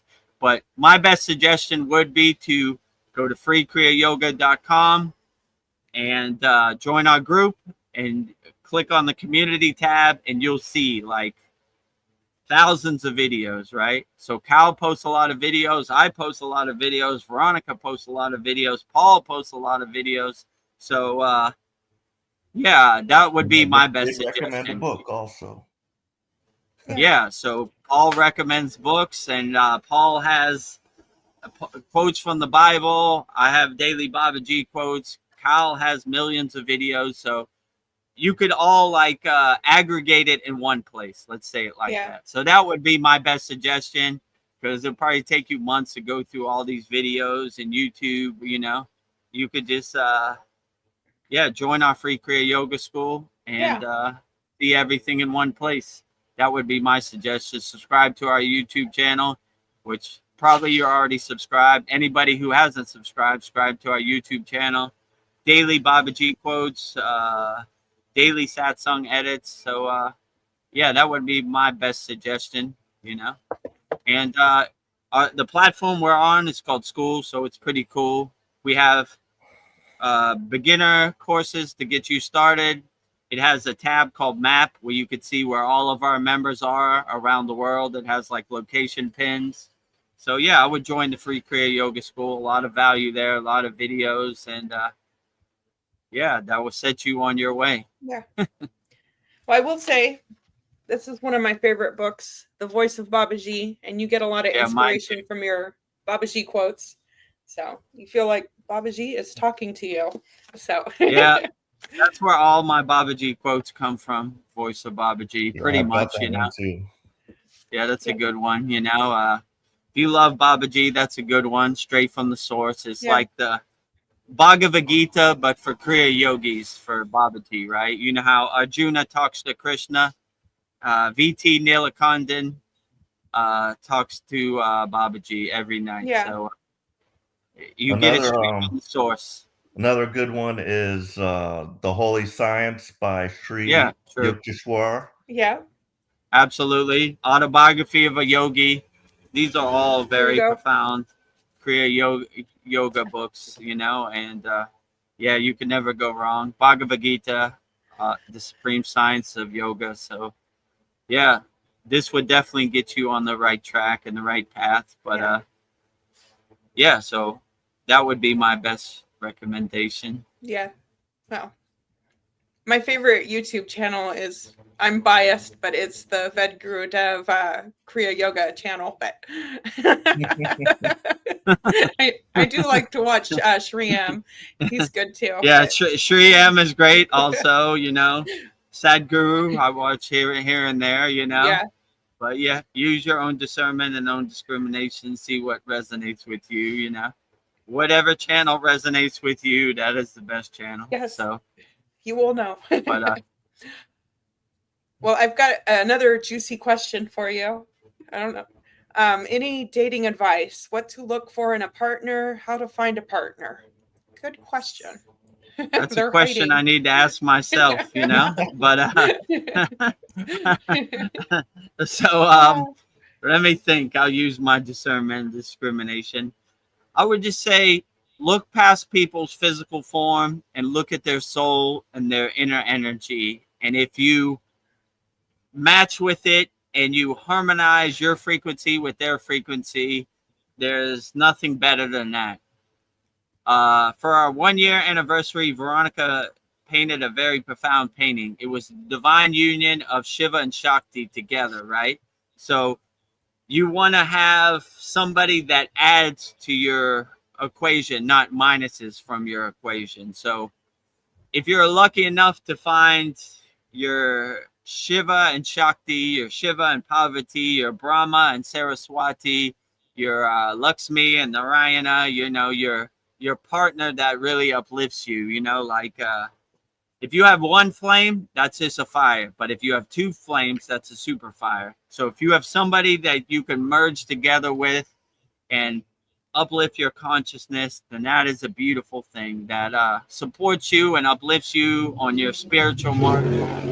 Then nothing could be better than that, I would definitely say. So yeah, but it's tough out there, because when you bring your frequency up, there are a lot of lower frequency matches, but not a lot of higher frequency matches. So you kind of upgrade yourself out of the majority of the dating pool. Let's say it like that. Yeah. So, but when you have divine love, you know, I don't know. Sometimes you don't need physical love, but if you could find somebody that adds to your equation, not minuses from your equation, then this would be my best dating advice out there. So, but this is always the hardest thing for yogis and yoginis on the path, you know, like even me,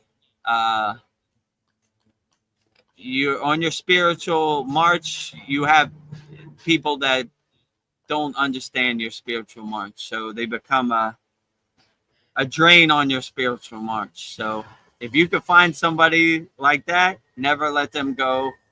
You know, when Shiva finds his Parvati, then the rest is history, right? So yeah, find somebody that supports you, that loves you unconditionally for who you are, that uplifts your soul, doesn't drag you down, and that would probably be my best dating advice. But if you find somebody like that, let me know, because I'm searching too. yes. You're like, oh, the signal out to all enlightened yoginis yes. in Thailand, Pattaya, Thailand. You know, give me a call and let me know where you're at. You know, because I haven't been able to find it. You know. I think you're more like Captain Kirk. He's married to the Enterprise, and well, that's true. Your baby is this school. Right. That's well put, Paul. I'm married to the game. I'm married to Kriya Yoga. You know, I don't know. A physical form just doesn't have the same resonance that the divine form. You know, I have divine love inside me as me. Yes. So I'm never lonely. So I'm not looking for a physical partner. I have alignment with God. I have divine love inside me as me. So yeah, I'm Captain Kirk of Kriya Yoga. I'm married to the Kriya Yoga practice, to my sadhana, to the message of Kriya Yoga, sending it out to the world, right? Well, whoever you find, they have to love Babaji too. It's a threesome. Yeah, it's not gonna work unless you love Babaji or Mataji or I don't know, the Kriya Yoga tradition, Shiva, Lakshmi, Ganesha, all the deities. So it's a tough mountain to climb, a high bar to cross, you know. There's a lot that comes with Vedagurudev, his whole soul family, all ascended masters, all spirit guides, all light beings. Yeah. There's a lot of us, right? We have a big family over here, right? So when you commit to Vedagurudev, you commit to the whole package. Well, I'm going to skip you have to take the Enterprise also. While we're on this topic, Katathu Roti also wants to know if there's a dating app for yogis and yoginis, like Yinder, that's a good like question. Tinder, but it's called Yinder. Haha. Yinder, maybe. Maybe you should start one if you're an app developer. That's a good idea. I've never heard of it. Call it Yinder. I mean, the free yoga school has you can strike up a conversation with tons of yoginis or whatever there, you know, yogis, yoginis, and so just see what happens. We have a map tab, so you go to the map, you see whatever part of the world you live in, and see who's by you. Send them a message. School has a message service, like a DM. Send them a message. See if you can connect. That's probably a good idea. That's a great idea, Paul. So if you want to connect with like-minded yogis or yoginis, join our free Kriya Yoga school. Go to the top where it says map. Click on the map tab, and you'll see where all of our members are located around the world. See who is in close proximity and strike up a conversation, like Paul said. And you never know. You know, I guess that is our Yinder dating app, right? Yeah. Yeah, you'll get to know somebody on a soul level, not if you want to have a good startup, or you're a software developer, that's a good app to start. Yinder, right? Yinder. Make sure you give me my kickback. No, I'm just joking. Just or give Paul his kickback because he gave it. That's a good idea. Yinder. Yinder. Nice. Connecting like-minded spiritual people around the world. Interesting. Yeah. They have all kinds of those weird dating apps around here. Like in Texas, they have one for like cowboys. It's like, oh really? Find you like a cowgirl or farmer's wife, or I don't know what it is, but they have every different type. But I have not seen a spiritual one, so that would be the school's a totally perfect platform for that. Yeah, so I would, like I said, go to the map tab and see where you're at on the world and see what members we have around you, like-minded yogis and yoginis, and hopefully you make a connection. That'd be good. And maybe if you want, send me an email. We'll maybe have a startup, Yinder. That sounds like a good idea. Like, call me. A good business opportunity, right? Call me, bro. I'm here, right? We should get Chad in on this. Chad would be the perfect one to like develop that. Yes. He needs to find. That's not a bad idea, actually. Well, back to Kriya Yoga. We'll go. Katathi Roti, he wants to know how long to practice each yoga pose. Some poses I find it hard to do, such as cow poses, as my shoulders get tired. Yeah. Yeah, so there is no set time limit or no time restriction on practicing any Kriya Yoga practice. It's basically, I was saying this in our class this week, you hear like a click. Whenever you feel you've had enough, then that's when you should stop.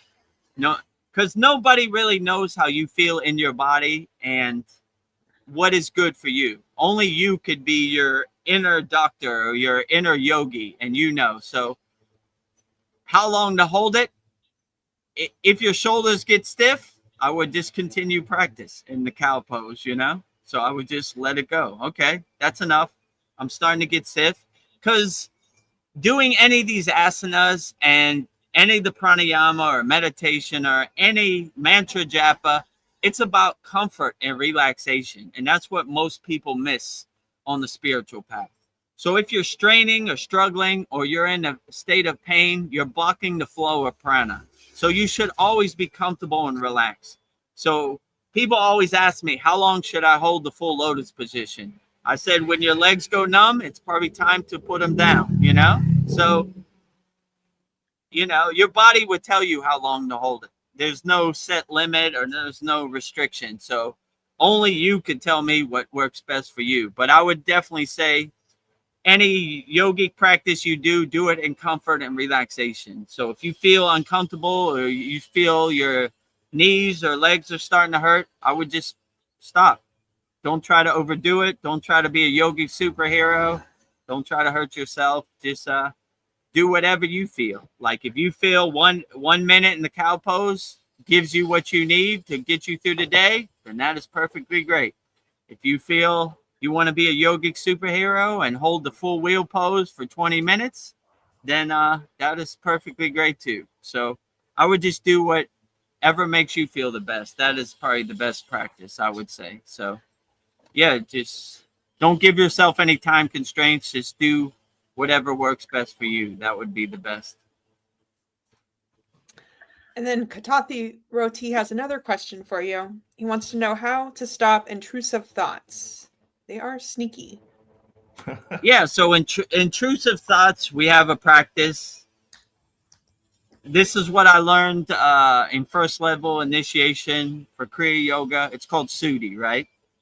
Basically, a thought comes into your mind. You just witness it. You just acknowledge it, detach, and let it go. You don't try to make sense of it. You don't try to attach to it. You just let it pass like clouds passing in the sky, So this is a basic way, like, I don't know, a thought comes into your mind.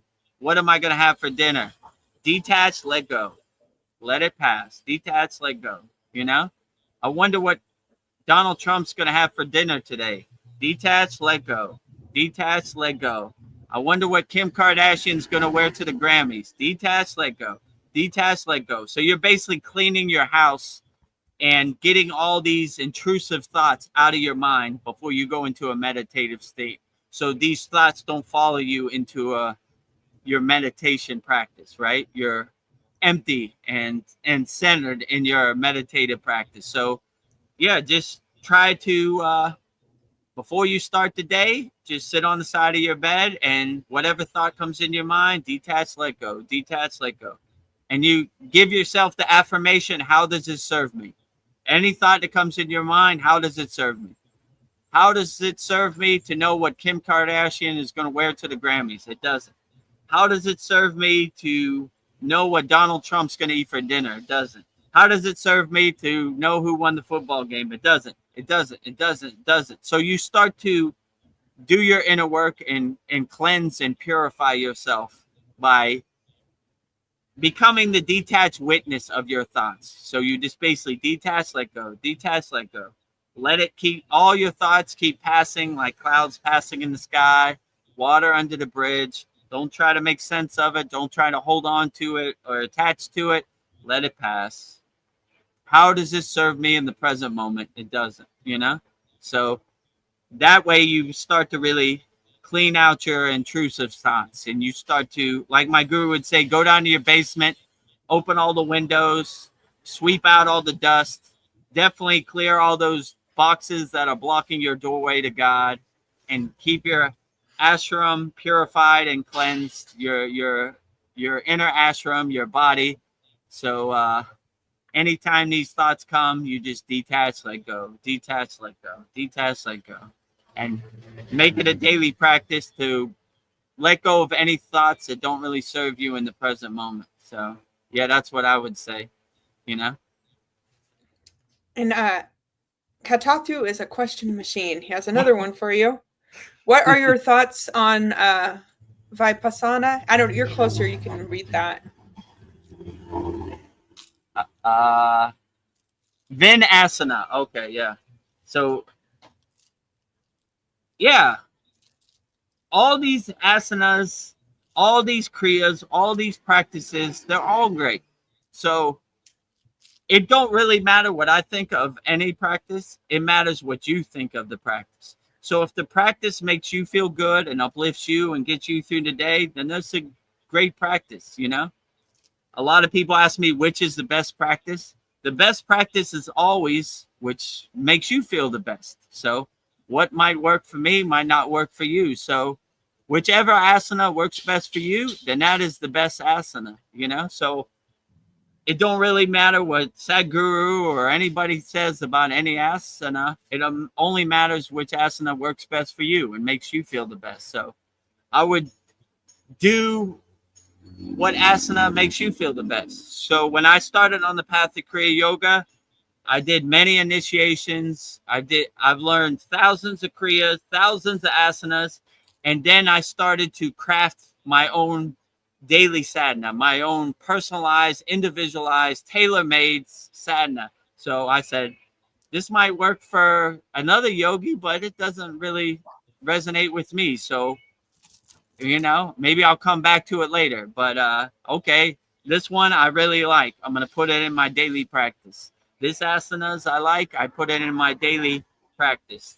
This pranayama I like, I put it into my daily practice. This meditation I like, I put it into my daily practice. So yeah, I would just craft your own sadhana and your own asana practice or pranayama practice or meditation practice or mantra japa practice and make it tailor-made for yourself. And sometimes you practice that for a couple months and you feel a click and like, okay, I've come to the end of this practice. Then I find a new practice. Oh, I resonate with this one now. So I add it into my daily sadness. So that would probably be my best thoughts on how to practice asana, pranayama, meditation, mantra japa, bhakti. Whichever makes you feel the best, then that is the best practice, I would definitely say. So hopefully that answers your question, Katu Roti. Yes.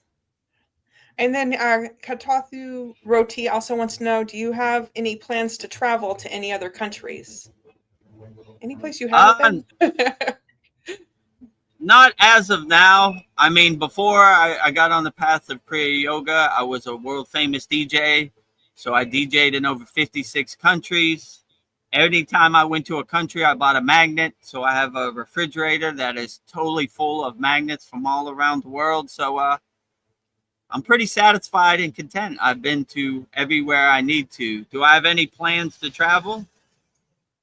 Not as of now, but tomorrow's a new day. It could change tomorrow. So right now I have my plate full with all of our members in our Kriya Yoga School and all of our daily classes and our live streams. So it's hard to get away, but who knows what the future holds, you know? You do occasionally come to the United States though, right? And aren't you planning to come to the US sometime here? Upcoming? Yeah, I'm trying to put it together, but the stars have to align. Let's say it like that, you know? Yeah. So if it happens, cool. I accept it. If it doesn't happen, it's cool too. So your brother's in California? Yeah, he lives in Santa Monica, California. Okay. By the Santa Monica Pier by the Ferris wheel. So yeah. So I would love to visit America again, but let's see what Babaji has in store for me tomorrow. You know, I can't say. I stay light on my toes and adjust. I don't want to be rigid and stiff. You know, so if the plane ticket comes tomorrow, I'll be on the plane. Yeah. Let's say it like that. And your mom's in Philadelphia? No, my mother lives outside of Atlanta, Georgia, about an hour outside of Atlanta, Georgia, in the Appalachian Mountains, or the start of the Appalachian Trail. Yeah, so outside the city, in the mountains, in the forest, and yeah, so. Oh. And does your daughter have a close relationship with your mom or not? Yeah, that's her grandmother. She speaks to her every week on the phone. You know, nice. I speak to my mother every week on the phone. So yeah. And she speaks to her uncle, which is my brother, who lives in Santa Monica. So yeah, we have a good relationship. My daughter has an American passport. So she has a Thai passport and an American passport. So we are still Americans, not American. So love it. I don't know if I mentioned, but I had a Zoom with my half sister who lives in Hamburg, Germany. But cool. That was really cool. And you know, they're even more brainwashed over there in Europe than they are here. You know, so really, she didn't understand my whole Trump, liking of him, but well. But I explained to her, it's not a problem, we'll see what happens. I just feel that that's the way to go. I couldn't go with Kamala. So, they don't really understand U.S. politics. Well, I don't know what they think about it, but, they're deluded over there also. But she's, she actually teaches yoga actually too. And she was a psychologist. Nice. So she is enlightened, but she doesn't know the whole picture. Yeah, well, have a political party of your own choosing, right? Yeah. It's not one size fits all. Yeah, some people aren't going to resonate with you, but that's perfectly fine. And especially people in other countries, maybe they don't understand. They just see it from the outside, or the only information they get is from CNN or BBC or whatever the news they watch. So it's different when your boots on the ground. So I don't know. So I really don't understand why there should even be political parties, because it makes no sense. Why does there have to be a political? Just vote on the person that his truth resonates with you and you feel is a good person. And if you take away all the party shit, it's like, then you actually have to know, you can't just say, oh, that's Democrat, so that's what I am, so I'm just going to automatically vote Democrat. If there was no parties, you'd have to say, oh, okay, is this guy a good candidate? I like what he had to say, so I'll vote for him, So yeah, it's part of their divide and conquer playbook. Exactly. If there was no parties, then everybody would just love each other unconditionally, and they would just vote for the best candidate based on their policies. Not, I heard something that's like blue no matter who. So even if the devil is Democrat, you vote for him. Like you're going down with the ship. Like I don't know about that. You know, I mean, I don't care what your identity or what you call your party, as long as you make a better way of life for American people and you make sure every family has food on their table and can be in the pursuit of happiness, like they say in the Declaration of Independence, be happy, then why not? You know, I don't care what you call yourself, you know, call yourself Nephilim, reptilian, or whatever, long as you're okay, you know, why not? You know? Well, Katathu Roti has some more questions for you, Vedagurudev. He wants to know, how can I know what is my intuition versus my mind/ego? This is an interesting question. So, how can you know what your intuition is? Well, if you let your soul become your North Star and guide you, then your soul is never really going to lie to you. So, I would always trust your soul.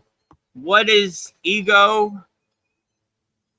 I would say, like, your ego always wants something for you or to you to do something, but your intuition, your soul always wants the best for you. So anytime it comes from a place, like my guru would say, anytime it's I, me, myself, mine, this is the ego. Anytime it's this unconditional love, it's more like your soul is guiding you and becoming your North Star. So I would always say, listen to your soul, don't listen to anybody, and your soul will never lead you wrong. You know, anytime, like you could kind of see your ego because it always wants something, it always wants you to do something, but your soul wants you to be the best person you could be. So anytime it's coming from a place of love, then it's, I would say it's your intuition, it's your higher consciousness, it's your soul guiding you. If it's coming from a place of me, mine, myself, I, then it's probably your ego. To make a long story short, you know. So I would say your ego wants something from you. Your soul just wants you to be the best loving person and kind person you could be. So that's how you could really tell, you know, in my opinion. So yeah, I'm still a house under construction also. So I'm working on this myself. So I don't have any of the answers. I'm just giving you my honest opinion, how I feel. So, you know. And you know, science says that we have brain cells in our heart. So the intuition comes from the heart. So there's like a heart mind, you know, and that's where you get the intuition from, not from your thoughts and stuff like that, I guess. But that's what I heard, you know, also about the heart. That's just, I found it very interesting that there's brain cells in the heart, you know. Yeah, I haven't like researched it to verify that, but I heard that.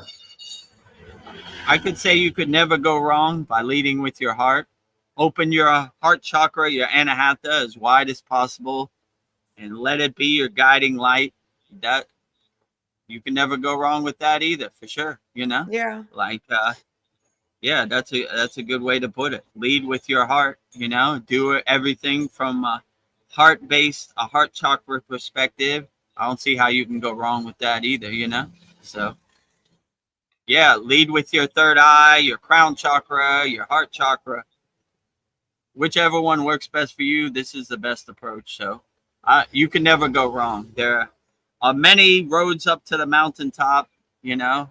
Long as they get you to the mountaintop, that's all that matters, you know. So take whichever road works best for you. So, but yeah, I would definitely say your intuition comes from a place of love, and your ego comes from a place of me, myself, mine, I, you know.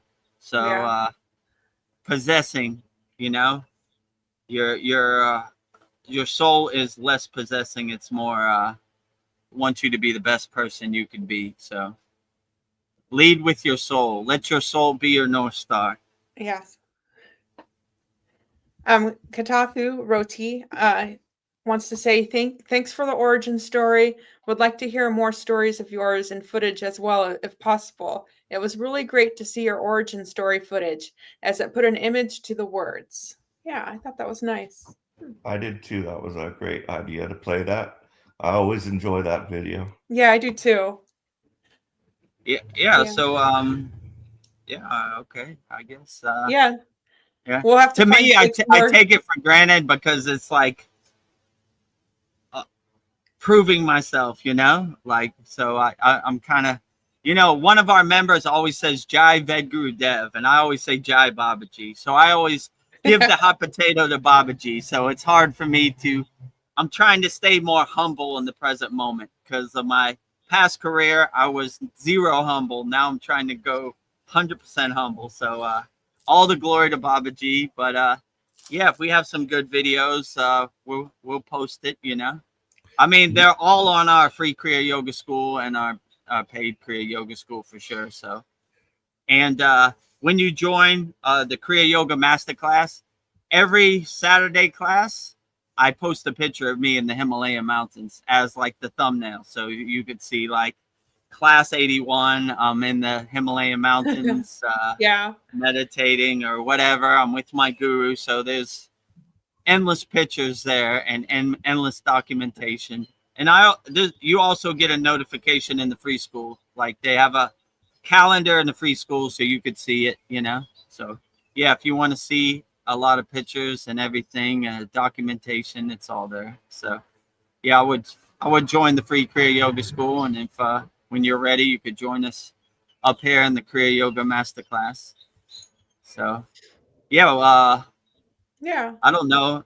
The stories, I don't really have like a set plan, you know, just whatever comes to my head, I kind of let them out. So, Paul, if you remember any good stories, maybe I could review it or go back to it, you know. Sure. When I come on these soul talks or these sad songs, I don't have any script or any bulletin points. I just go whatever the stream of consciousness tells me. So, if you have anything, maybe give me a topic and I'll try to see if I have a story that aligns with that topic. Yeah. Or some experience I went through. Well, back to the spiritual dating, because we've been talking so much. Sandy says that my partner and I met through a spiritual online meetup, and he added me on social media. We became friends, and the rest is history. He'd been on the spiritual path years before me. I finally wrote a list of what I wanted in a partner. That same month, he showed up. That's amazing. Oh, nice. Yeah, so you, in yoga, we have a practice where you write down in detail of what you really want, and you focus on that, and you project it out into the universe and let the universe fill in the steps. So yeah, that would be a good practice to write down in as much detail as possible what you want in a partner, and radiate that out into the universe, or speak that out into the universe so it manifests. And you never know what could happen. Maybe the universe has its ears open and it'll fill in the blanks for you and make that happen. Or just develop an app called Yinder, and we can cut the steps. and bring your request to the Holy Yagnifier as well. Yeah, bring your request to the Holy Yagnifier. We a lot of our members have those type of requests to find their soulmates or their partner, and we try to we keep burning it up till it comes to reality. So we don't give up, you know. Some take longer, some take shorter, but never give up on your aspirations and your dreams. So if you want it, put your intention, your sankalpa behind it, and your frequency behind it, and you never know what can happen. And if you need some assistance, we'll definitely help you in our Kriya Yoga Masterclass. So that's what we do up here. Well, Sandy says that being in a spiritual relationship is a very powerful thing. Highly recommend, and it's never too late. It's never too late. That's true. It's never is too late. So don't give up on your dreams and your aspirations. You know, it took me over 40 years to get on the spiritual path. You know, it's divine timing. It happens when it should. So just stay ready so you don't have to get ready. Just be open, light on your toes, pivot, change course. Don't be so stiff and rigid. You know, be open to all the possibilities, and you never know, you know. Maybe you do need a spiritual partner. Maybe you don't. Maybe this is a solo path. I don't know. Only you could tell me what uplifts you. But it's a beautiful thing when you can find somebody on the same frequency as you to uplift you. And, you know, rising tides lift all boats. So, you know, some days are better than other days. So when you have that support team or that Shakti energy in your partner, that's a beautiful thing. So I wish that for everybody out there in YouTube land, you know.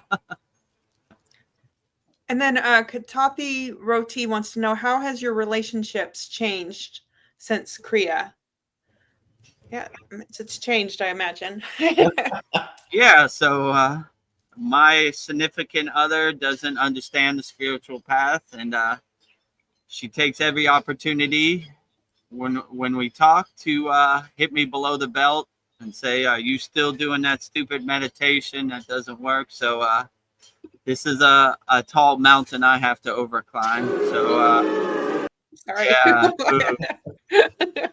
not understanding the spiritual path and wanting me to go back to my ego-based self that I was before I got on the spiritual path. But I can never go back. I only go forward. So that's basically how it's changed. So I'm not lucky enough to have an understanding spiritual support team, but it's okay because I have millions of ascended masters, millions of spirit guides, millions of light workers, millions of archangels, millions of ascended masters. So never lonely. I don't know how we all fit in this room or this car or whatever, you know.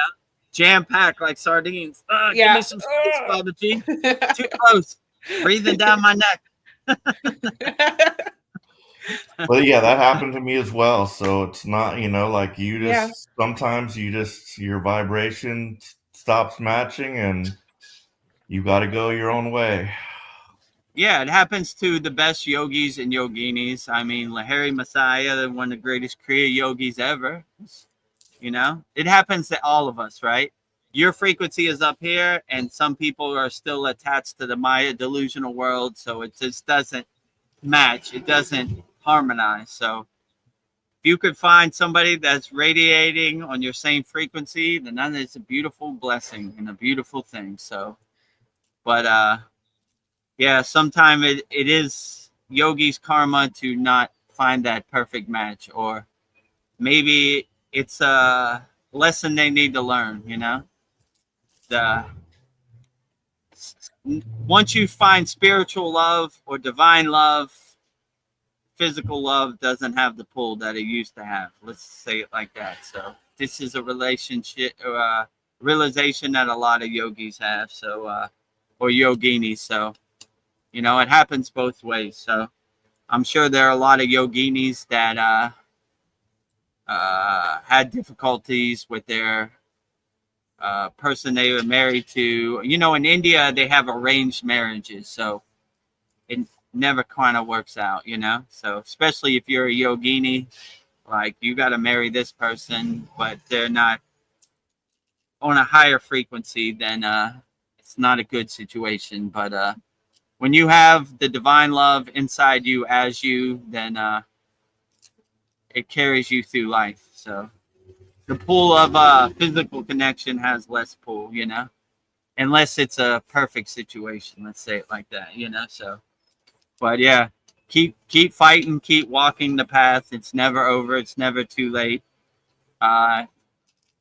Maybe we should develop that yinder. We could find you a partner. It'd be like, my soul loves your soul. Oh. Sandy so if you're a software developer, send me a message and maybe we can make something happen.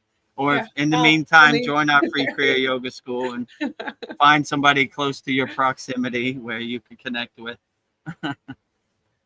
Sandy says that the ego also identifies with lower frequency states such as anger, hate, fear. Ego is a fear vibration. Intuition is in the vibration of love. Yeah, well said, Sandy. I agree with you. So ego dwells in these lower instincts, these lower chakras, desire, fear, definitely fear. Ego is all fear based. So like anger, So if you feel any of these emotions, it's coming from the ego. It's not coming from your intuition or your soul, right? Your soul is like peace, harmony, unconditional love, helping people, joy. So those emotions as part of your soul, fear, anger, jealousy, hate, these are all ego-based emotions. So yeah, it's well put, Sandy. It's good to see which is ego, because you just say, okay, these are these emotions, ego. These are these emotions, soul, So yeah, black flag, anger, jealousy, hate. White flag, peace, love, and harmony. So to make a long story short, that's how I would basically tell, This is ego, this is soul centered love. Yeah, I would also say like something that happened to me, I got my wife and I got, on different frequencies. She also didn't understand the path. And then when I divorced, one of my problems was I hated being by myself. And I was in a state of desperation to get that other person. So that was like my main focus. And it led to 2 toxic relationships because I was desperate. And I was just, if I saw somebody, they looked good and we were talking, that was good enough for me, and it led to 2 toxic relationships. And I'm still in an opposed state of by myselfness. And I think it's, even though I'm married, my wife's still not here. So it's been like 2 years almost. And I was forced into this position because I was resisting it. I'm resisting being by myself, didn't want to be. And I'm still like, there's a purpose, let's just say, for me being here by myself. And I want to make sure that when my wife comes, I don't like all of a sudden revert back, start slacking off. Oh, my wife's here. That's going to, destroy my routine. Anything could happen. But I'm going to make sure that doesn't happen. But fortunately, she's not a yogini, but she accepts my path and I accept hers, so it's good. Yeah. Yeah, like Paul said, don't force it. Let it happen naturally and organically and see where it takes you, because you don't want to put yourself in a situation because you can't be alone with yourself. So maybe just let it flow and happen naturally how it happens, It's the same with money, everybody, money if you're like projecting this from a feeling of lack, then that's not going to work out for you. You're going to just continue on with the same problem. Yeah, I would definitely agree. Like my guru used to say, run towards money, money runs away from you. Run away from money, money runs towards you. So that was always our perspective. We're not trying to force it or come from a place of lack. We always come from a place of abundance, right? And once you cultivate that abundance and delete all that lack, then you'd be surprised what can happen for you. Well, how we're on relationships, I'm going to skip one of Katathi's questions and then come back to it. But he wants to know, what's your thoughts on sleeping around when single? Well, you're single. I don't know. It's like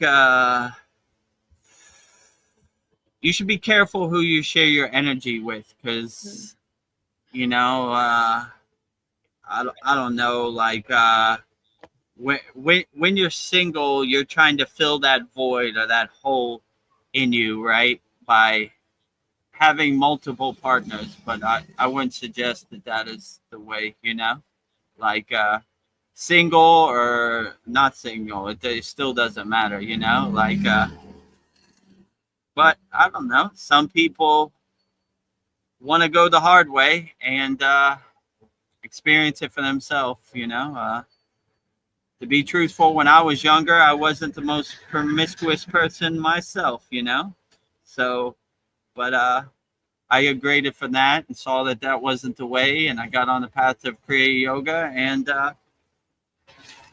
here I am now. So, you know, but these are only temporary band-aids, like drinking alcohol, using drugs, smoking cigarettes, whatever. It's just a temporary solution, you know. But if you have self-love inside you as you, then you don't really need the love from outside sources that much, you know. So, you know, yeah, I would say so. I don't know, you know. I would say it's extremely dangerous to do that, you know, in many different aspects. And just like what happened to me, like all of a sudden you're with this girl and you don't even know it. Like, especially I rushing too fast. I didn't even know this girl that well. And then, you know, one thing led to another, but then I'm getting that energy. And if she has any kind of negative attachments, that's going to get, I'm going to absorb that and it's going to come to me. And that's exactly what happens, you know. And their trash is going to become your trash. And I don't know. You don't want to come out your house one day and your tires are flat and they spray painted your car. Oh my gosh! Crazy. I mean, that's never happened to me, but you know, they're out there. You know. Yeah, I'm like even sensitive to just people just touching people's hands. Like you do absorb people's energy. Right. You don't want to absorb. You don't want other people's trash to become your trash. So be careful of whose energy you absorb or merge with, you know, because it could pull you down too. So you want to find energy that uplifts you and makes you better, not energy that drags you into the pit of despair. So find somebody who supports you and radiates you and uplifts you, you know. That's what I would say. And interestingly, this is also in the book. The book I just recommended, there's a whole section on relationships and what can happen. And, you know, yeah, it's good. Okay.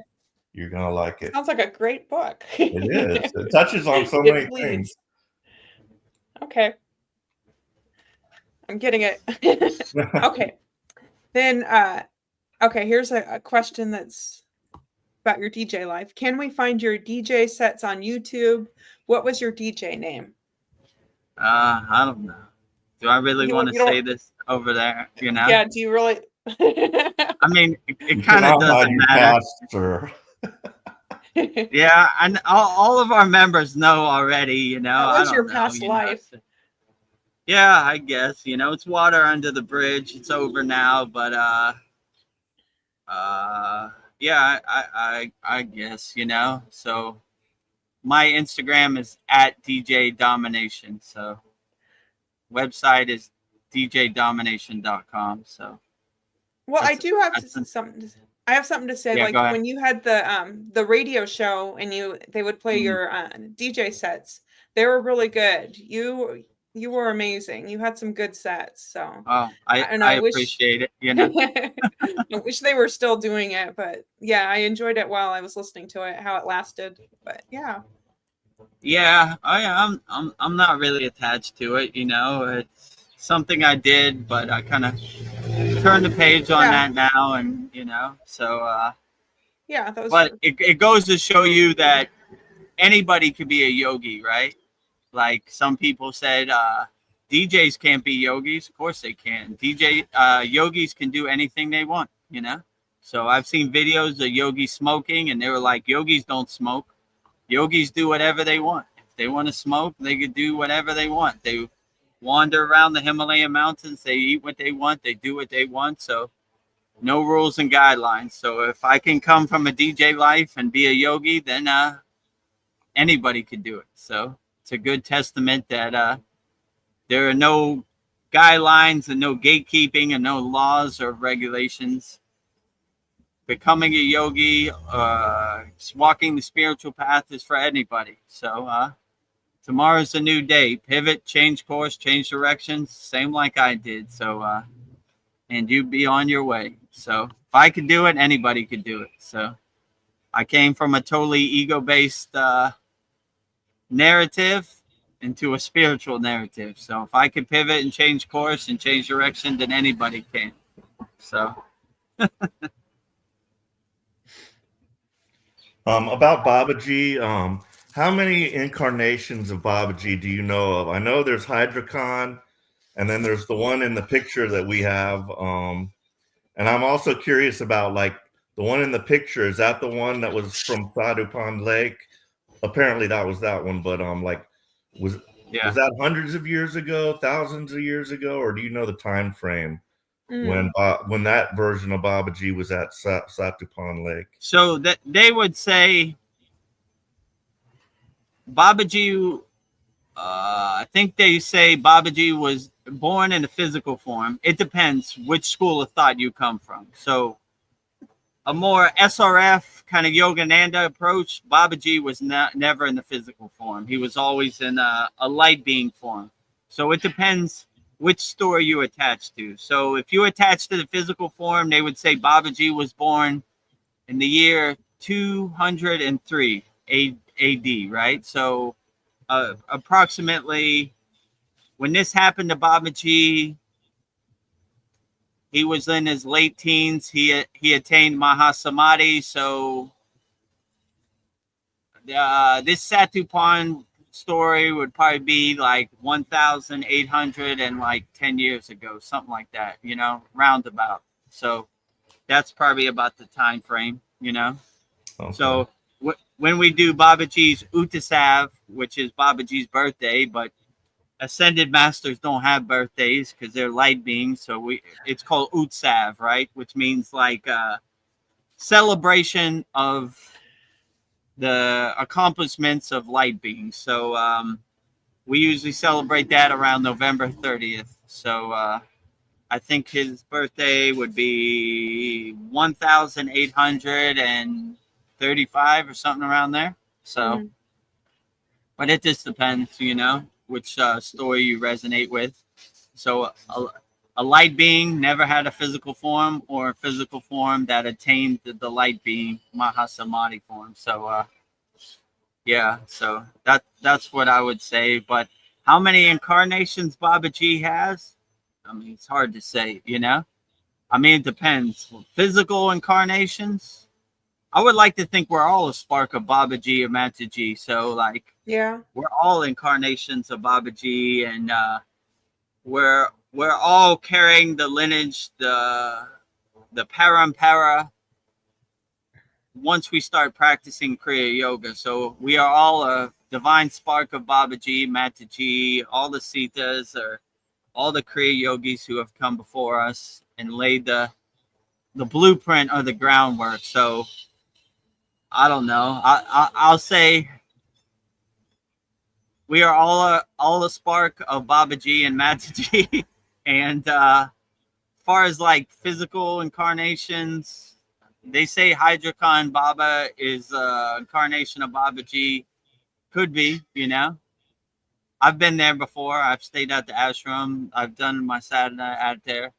I stayed there with my guru. Yeah, definitely has Babaji energy. And but I would say, you know, I don't know. I would say that we're all a spark of Babaji and Mataji and all ascended masters and all spirit guides. So I would say we're all Babaji and we're all Mataji. So we're all Kriya Yogis. So anybody who practices Kriya Yoga is carrying on the lineage, the parampara, the tradition. So my best answer would be like we're all incarnations of Babaji and Mataji and all the people who have laid the groundwork and the signpost and the blueprint to practice Kriya Yoga. So it's hard to say like which story is true or which story isn't. But if you love Babaji, I love you. If you love Mataji, I love you. So keep up the good work, all Kriya Yogis and Yoginis out there, you know?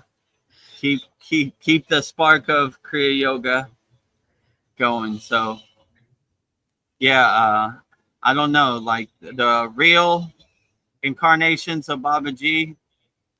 I don't know. I've never had an audience. My darshans with Babaji have been mostly internal or mental, or never physical, So that's what a voice inside my head, an intuition, a darshan, let's say it like that. So physical forms, I don't know. I've never seen it or verified it with my own eyes, but I would say the best answer I could give that we're all Babaji and we're all Mataji. So we're all incarnations of the divine spark, our beloved Sadgurudeva Babaji. Well, next time he pops into your head, can you ask him if he was here in the flesh and you were sitting with him at the campfire, and that question is from Paul? Yeah. I will ask him, but yeah, I don't know. These intuitions, these darshans, the archangels, they're not like long-winded, let's say it like that. They're short and to the point, and I don't know, we'll see, Sometimes I do ask some stuff like that, but it's more like a one-word answer, like yes. Like okay, can we go into detail? No. Like so yeah, they give you short and sweet answers, let's say it like that. So yeah, that's basically what I next time I'll ask them, but I don't know,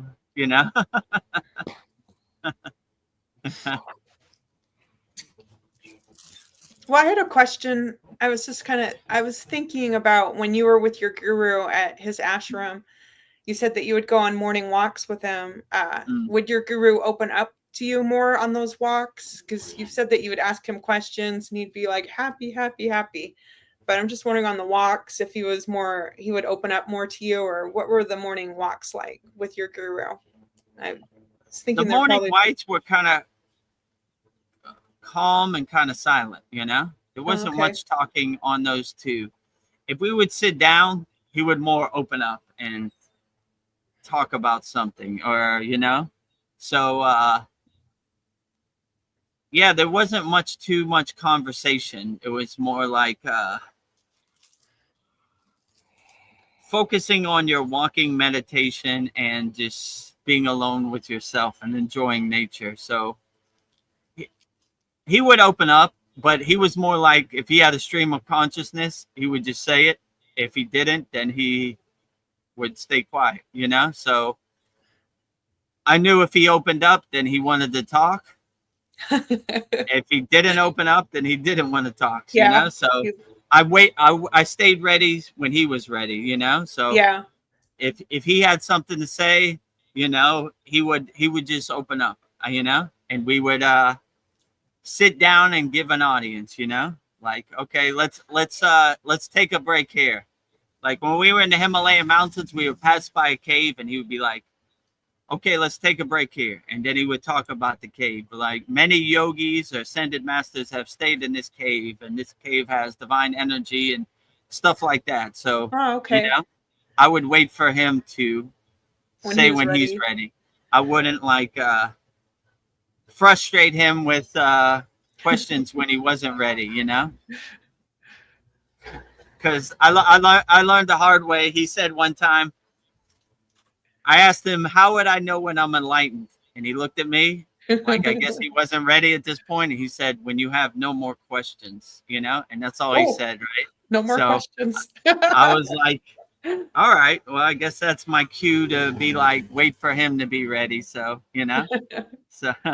so yeah, when you're ready, I'm ready. And he can kind of feel your energy, and he'll give you some little nuggets and insights, but let's say these yogis aren't long-winded, right? Like it's rare that they, go into a long speech or a long thing or a satsang or whatever. They would just short and sweet and to the point and give you what you need. So I would say these light beings, these archangels, are the same way. They don't they're not like long-winded. They're not going to go into super detail. They're just going to give you what you need to get you on your way, right?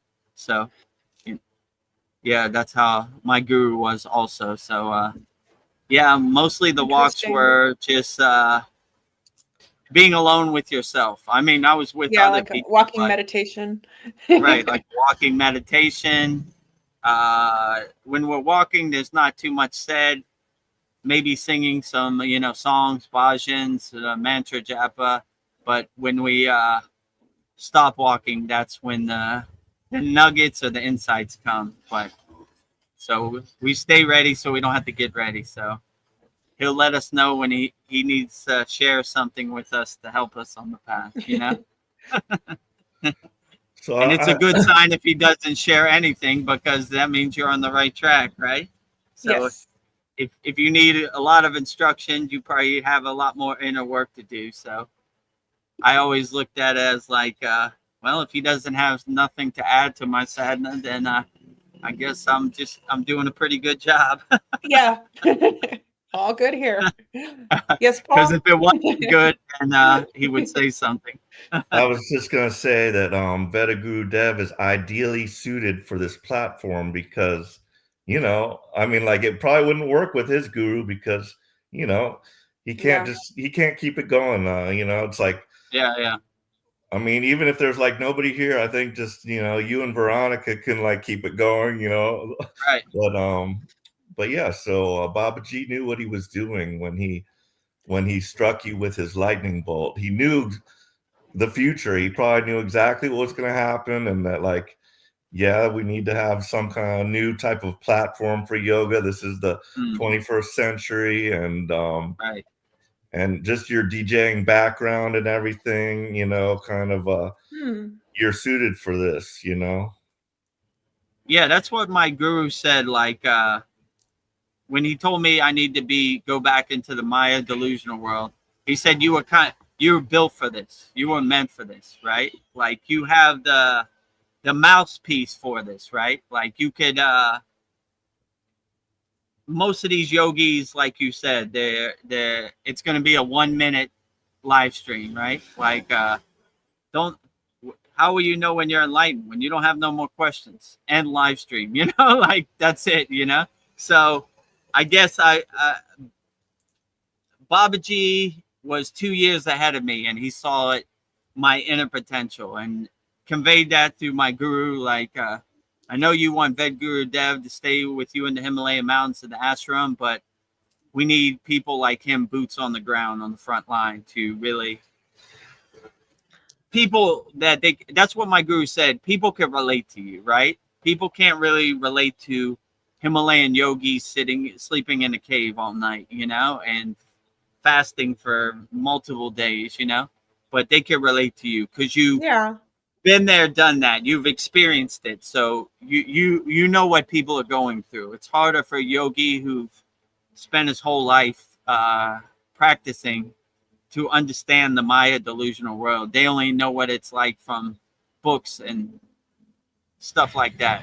But you actually lived it wholeheartedly for over 40 years of your life. So you can, people can relate to you because you come from a place like, yeah, I remember when I asked that question too. So, and I definitely did that to myself also, so I can relate to people, what they're going through in this Maya delusional world. So I guess you're right, Paul. I was built for this, I didn't want to accept it at the time. I went to sleep in my blissful cave for the rest of my life. But here I am. I'm content. I'm satisfied with it. And I'm boots on the ground helping people, which is a beautiful thing, So. Yeah, I was thinking. Go ahead. Oh, well, I was just thinking our souls ask for things we don't realize we wanted. And I wonder about your soul, Vedagurudev, like your soul or Babaji found a way to get you back on the spiritual path. And you've been given this role as guru. I don't know. And it's a role I don't think I'd be up for. It seems like a pretty heavy role. And I just, I don't know, like you're like, in a sense, you're like taking care, guiding souls and taking care, putting breadcrumbs in front of us and getting us on the path. I don't know, you know, maybe your soul did want this, but you didn't know. But I don't know, what has surprised you about being a guru that you didn't expect? And I know the only reason I ask this is just, you know, because I like to put myself in other people's shoes just to get an understanding of what it's like to be a guru.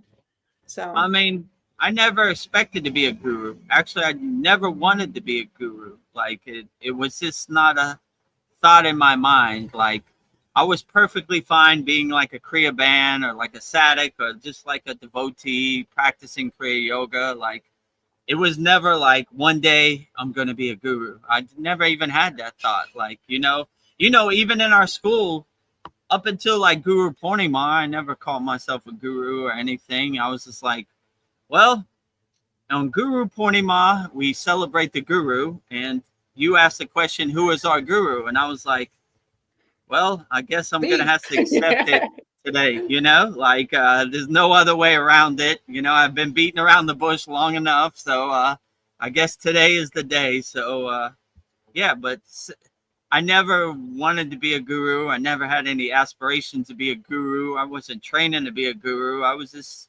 doing my sadhana, my daily practice. And it just kind of happened indirectly. And that's kind of the more natural, organic approach, you know. I like it because it's less ego based, right? Like you see in our school, I give all the glory to Babaji. Like not to me. I'm just delivering the mail.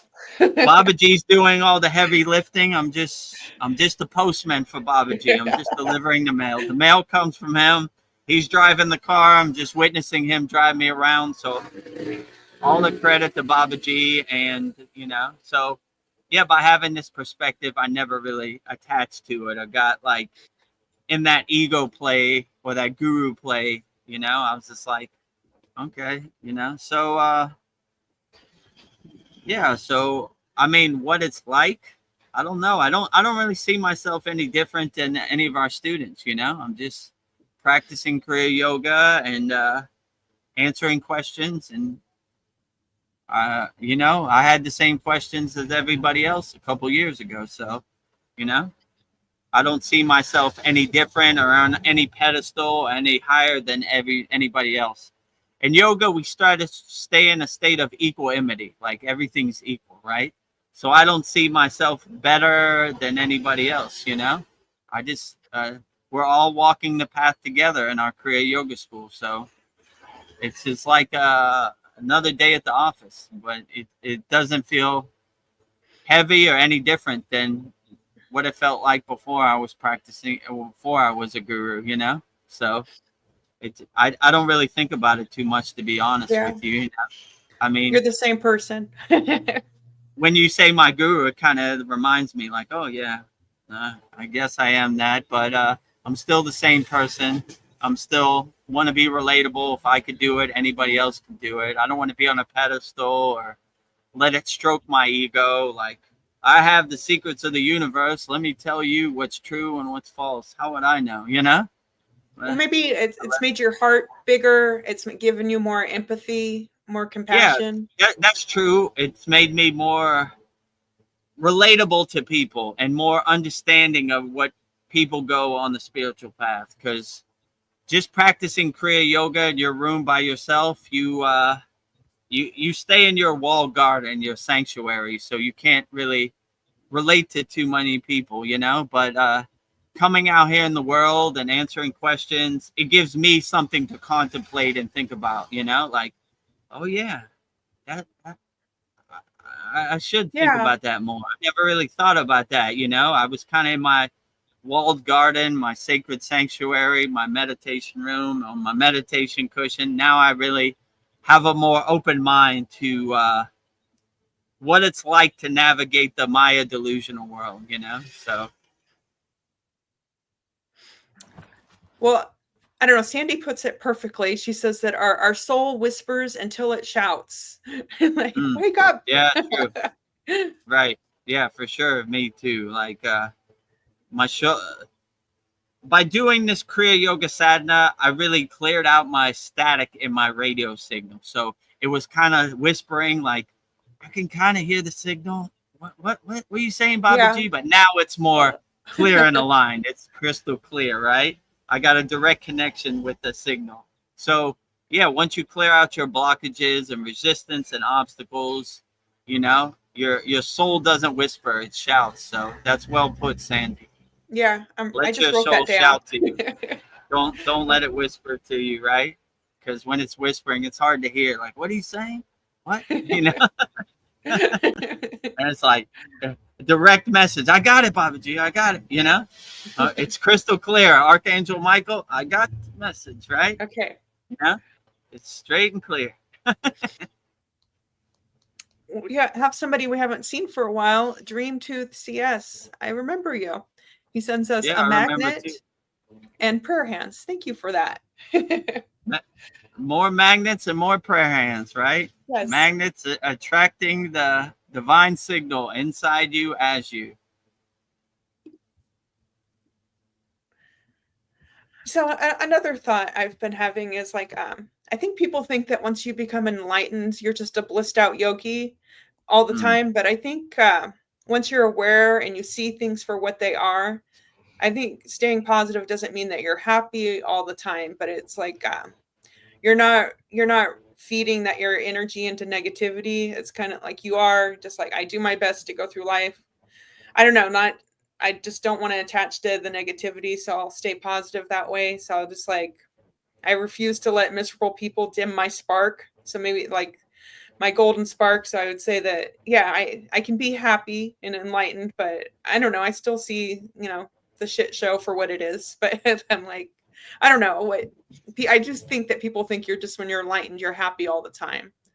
So yeah. So when you're enlightened, you're more aware of the Maya delusional world, and you more protect your energy, like you said, against the Maya delusional world. And you kind of look at the Maya delusional world as a detached witness, like a suspension of belief, like you're sitting in the movie theater, but you're not in the movie. You're creating distance and space from you and the movie. So you're not attached to the outcome. You're not trying to change the end of the movie. You're just watching the movie with suspension of disbelief. And okay, you know, Hulk is red in this movie. I thought he was green. All right. You know, just going with the flow and just letting it happen. So these blissed out yogis, they look like they're in outer space or just in a heightened state of being blissed out 24 hours a day. But they really, all they have is the tools that help them navigate the Maya delusional world. And they're not attached to the Maya delusional world. They laugh at the Maya delusional world like the joke it is. So they're like, whatever. How does this serve me in the present moment? Like I said before, when you see that none of this serves you in the present moment, you're not attached to it. It's all a joke to you. It's all a comedy show on the stage of the universe. So you're not really attached to it. So you just, how can I say, sunbathe in the grace of God 24 hours a day. So you're just, you know, you're just absorbing, suntanning in the divine light 24 hours a day. So you can't be nothing but happy when you merge with divine light inside you as you, and you realize the oneness, the wholeness that is inside you as you. And you know, you see yourself as a divine spark of God, like a drop of water in the ocean of bliss, a spark in the divine sun, you know. So you see yourself as the divine oneness 24 hours a day. So yeah, that's why I would say they've realized the highest truth, that God is everywhere and everything. So what is there not to be blissed out about? What is there? Yeah. There's nothing to be sad about. There's everything to be blissed out about. So that's what they're realizing. So everything is a blissful experience when you reach that state of self-realization, Satchitananda, or enlightenment, whatever you want to call it. So that's basically what they're doing. And once you reach that state, you never want it to stop. So yeah. the Maya delusional world seems ugly and cruel and gross to you. So you're just like, I'm gonna stay here forever. I'm gonna always stay in my happy place 24 hours a day. Yeah. You know, so they don't have no job, they don't have no attachments to the Maya delusional world, so they can just stay there 24 hours a day, walking around in a blissful outer space state, you know, just looking that sounds up like at the a great place to be in your golden It is energy. a beautiful it is a beautiful state, right? When you told me Ananda Mai couldn't even feed herself to lower frequency beings, that looks like ugly, but to me it looks like the most beautiful thing ever. And they asked her, what did they ask her? They said like what did they say, doesn't it bother you? You can't feed yourself. She's like, what does it matter? My hand or their hand? It's still the same hand. right, exactly, right. So you reach a higher enlightened state. Like, what does it matter? You know, like, long as I get food in my stomach, whether you feed me or I feed myself, it doesn't matter. You know, so that is a true enlightened yogini perspective, or yogi perspective. Like, none of this matters, you know? So, like, I'm not attached to any of it. I'm gonna just stay in my blissful, happy place state. And I don't even need to eat food. Just put it in my mouth, you know?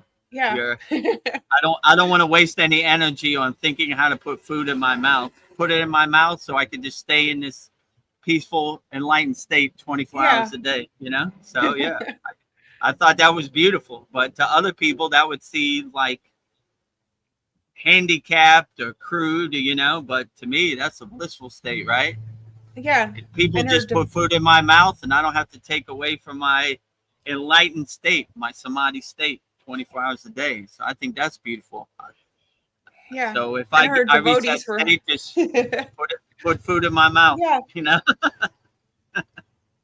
Well, I was just going to say her devotees, they loved helping her. They felt like it was a privilege to help her. So me too. Like my guru, I would go out my way to do whatever he wanted, you know, go to the store for him, whatever. It was my job as a devotee. So, so I'm sure they didn't mind at all. They welcomed that, right? This enlightened being, this highly evolved yogini in a 24 hours a day state of samadhi is asking me to put food in her mouth. I thought she'd never ask, you know? So that definitely wasn't like a chore or something, you know? Well, Dream Tooth, he says, Om Babaji, I want to keep being straight with myself, magnetizing. So I guess he's explaining what his emojis meant. Straight with myself, magnetizing. That sounds great. Yeah, align yourself, connect yourself, magnetize your inner energy inside you as you always, right? So be straight with yourself. I like how that sounds. Well put. Let's see. Paul, I didn't mean to be ignoring you. Was there any questions you had? Or not at the moment. Okay.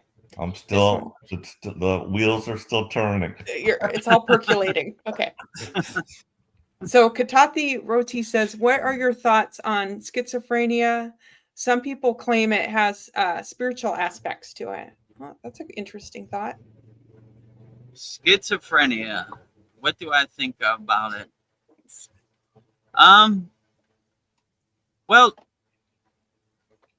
when you don't control your mind or master your mind in meditation, it could get away from you. Your monkey mind can start to control you. So we have all these practices in Kriya Yoga to master our mind in meditation. And that's basically what we're doing, where instead of letting our thoughts run wild or be like a monkey jumping from tree to tree, we control it, right? We dilute our thoughts. We detach and let go of our thoughts. So I've never really seen a yogi or yogini schizophrenic. I'm not saying it's happened. It can happen. I've just never seen it. So we mostly do all these practices of dhyana, meditation, to master our mind, not let it go crazy and go wild and be distracted. So that's basically what I think of schizophrenia. You know, as far as the spiritual aspect, don't know. I've never seen anybody become schizophrenic from spirituality, you know? Maybe it could happen. The practices we do in Kriya Yoga are slow and gentle. They're not harsh and forcing, right? Maybe if you try to awaken your Kundalini, not from your root chakra to your crown chakra, just to your crown chakra, maybe you'll get inside your mind. But even if that happens, I would just discontinue the practice. Like, I wouldn't try to force it, you know? So, but all of our practices are slowly and gently, like I was taught. So I've never really seen anybody become schizophrenic from any yogic practice, you know? So it could happen, but if you do it slowly and comfortably and gently, I think the chances are rare, to be honest. So like I've said, I never really seen it. I would say it's a lot easier for you to become schizophrenic in the Maya delusional world. It becomes overwhelming. It's pulling you in all directions. It's dragging you into the pit of despair. So once you get on the spiritual path, you kind of detach from all these lower emotions. So, you know, none of these lower emotions have a place in your happy place. Let's say it like that. Yeah, go ahead, Paul. Yeah, my thoughts about schizophrenia. Yeah, well, I don't think it has anything to do with yoga, but if you experience in your childhood like a deeply traumatic experience, sometimes it kind of fractures your personality to where it's so horrible that you have to like literally create a new personality to like escape from that. And then, I've heard that they use these tactics, the military and stuff, and that's what the Manchurian Candidate was all about. They will use those tactics. They'll traumatize you until you split, and then they will take control of the new personality and, tell it what it is. And, they could trigger you to do stuff, to be like an assassin or any kind of thing like that. So, yeah, I don't think yoga would have anything to do with it, but I think that's how split personalities are created, through some type of traumatic experience. Yeah. Yeah, but look how gross these people are. I'm going to break you so much that you split so you could go be a soldier in a war or something like that. Like, they just tell on themselves how gross they are, you know? Like, get control of your own consciousness so no one can tell you who you're not, you know? When you're self-realized and you know who you are, somebody telling you, listen, soldier, you know who you are? You got to go over to this place and kill these people. And they make up these names so they become subhuman. So it's easy to take a soul off the planet, you know? So I don't know, you know? But yeah, whatever trauma you went through in your life, I would look at it as water under the bridge. Today is a new day. I don't need these rocks in my backpack anymore. They no longer serve me. It happened, you know, it's water under the bridge. So what? I ate a cheeseburger 10 years ago. It's over, you know? So I would just be the best person you could be in the present moment. And whatever trauma you went through, you know, look at it as like it made you a better person, and let you know that there are bad people out here and you don't want to be around them, or you don't want to be in a situation if possible. So, and just, water under the bridge, you know, it happened the way it happened. Okay. You know, I'm not happy about it, but I'm not going to carry these rocks in my backpack no longer either. You know, I'm going to walk forward, not backwards. And, you know, whatever happened, that's what happened. And, turn the page, you know? Turn the page.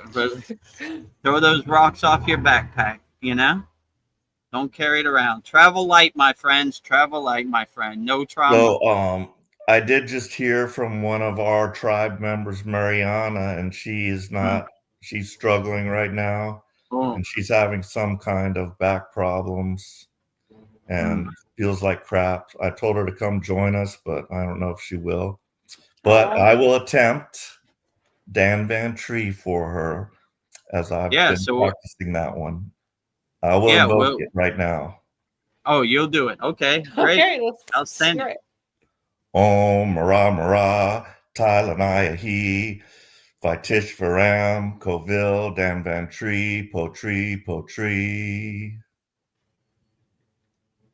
Outstanding, Paul. Yeah. Very great. That's beautiful.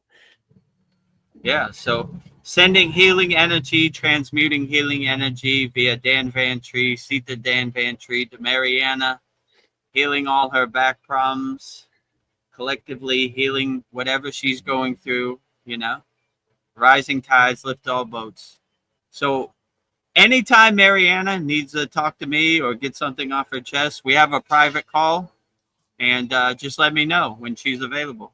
I'll help her go overcome whatever she's going through whenever she's ready. We're always here, so I don't want her to feel like she's alone or she shouldn't be shy at all. So this private call we have on, so school made a feature like a week ago called live stream. So if you tell me, I'll send you a school link, and it's like Google Meet or like Zoom, but like private. So whatever you have to get off your chest for any of our Kriya Yoga School Masterclass members, all you have to do is send me an email, send me a DM when you're ready, and I'll send you a link, and we'll overcome this and walk this path together. So whatever you're overcoming, we don't want to leave you by yourself, or we don't leave no yogi or yogini left behind, especially Mariana. So if she's going through something and she needs my assistance, let me know. I'm here 24 hours a day to help all of our members. Great. Beautiful. Katathi Roti has some questions for you. So he wants to know, are there any negatives to the spiritual path? Do you miss any aspect of your past life? Negative aspects of the spiritual path. No, not really. If you come from a place of love and not hate, then I don't see how you could ever go wrong, like in my personal situation, I'm almost like been there, done that. So I already know what it is, I've already been at 100. Now I'm going back to 0. So I already know what it's at. What do I miss from my past life? I don't know. Pizza, Skittles, Doritos, donuts. I don't know. Food? No, I'm just kidding. So, I mean, as a yogi, we could you can do whatever you want. Veronica sent me some videos of yogis smoking. They're not attached to it. They're free birds. They do whatever they want. So I don't really miss anything about my past life. It's like been there, done that, kind of, I would say, right? So negatives about being on the spiritual path, I don't think you could ever go wrong doing your inner work and trying to be the best person you could be, helping people as much as you can, loving people as much as you can. I don't see anything negative about it. Now, if you're hurting people in the name of the spiritual path, like we talked about, certain people, they call themselves of God or whatever, you could see clearly that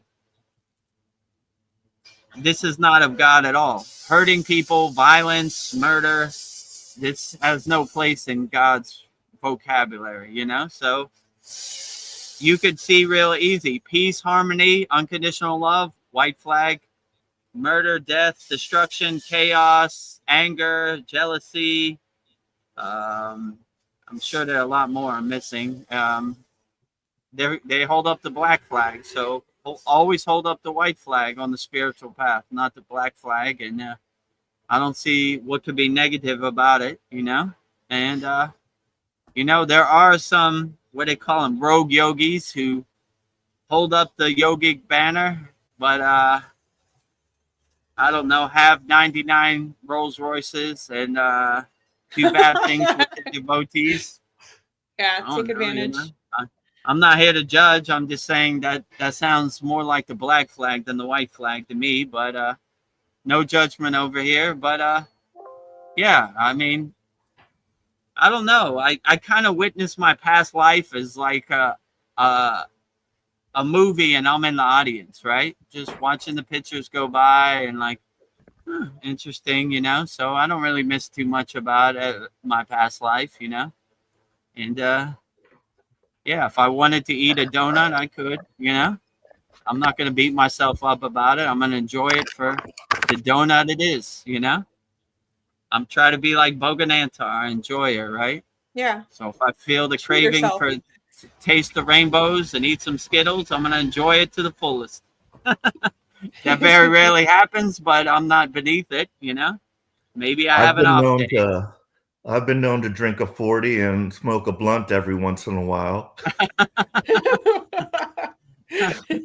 Treat yourself. You sound like Tupac, right? You know, I drink a 40 and smoke a blunt, right? Words from Tupac himself. Yeah, don't beat yourself up about it. Just enjoy it, right? You know, you know, like, yes.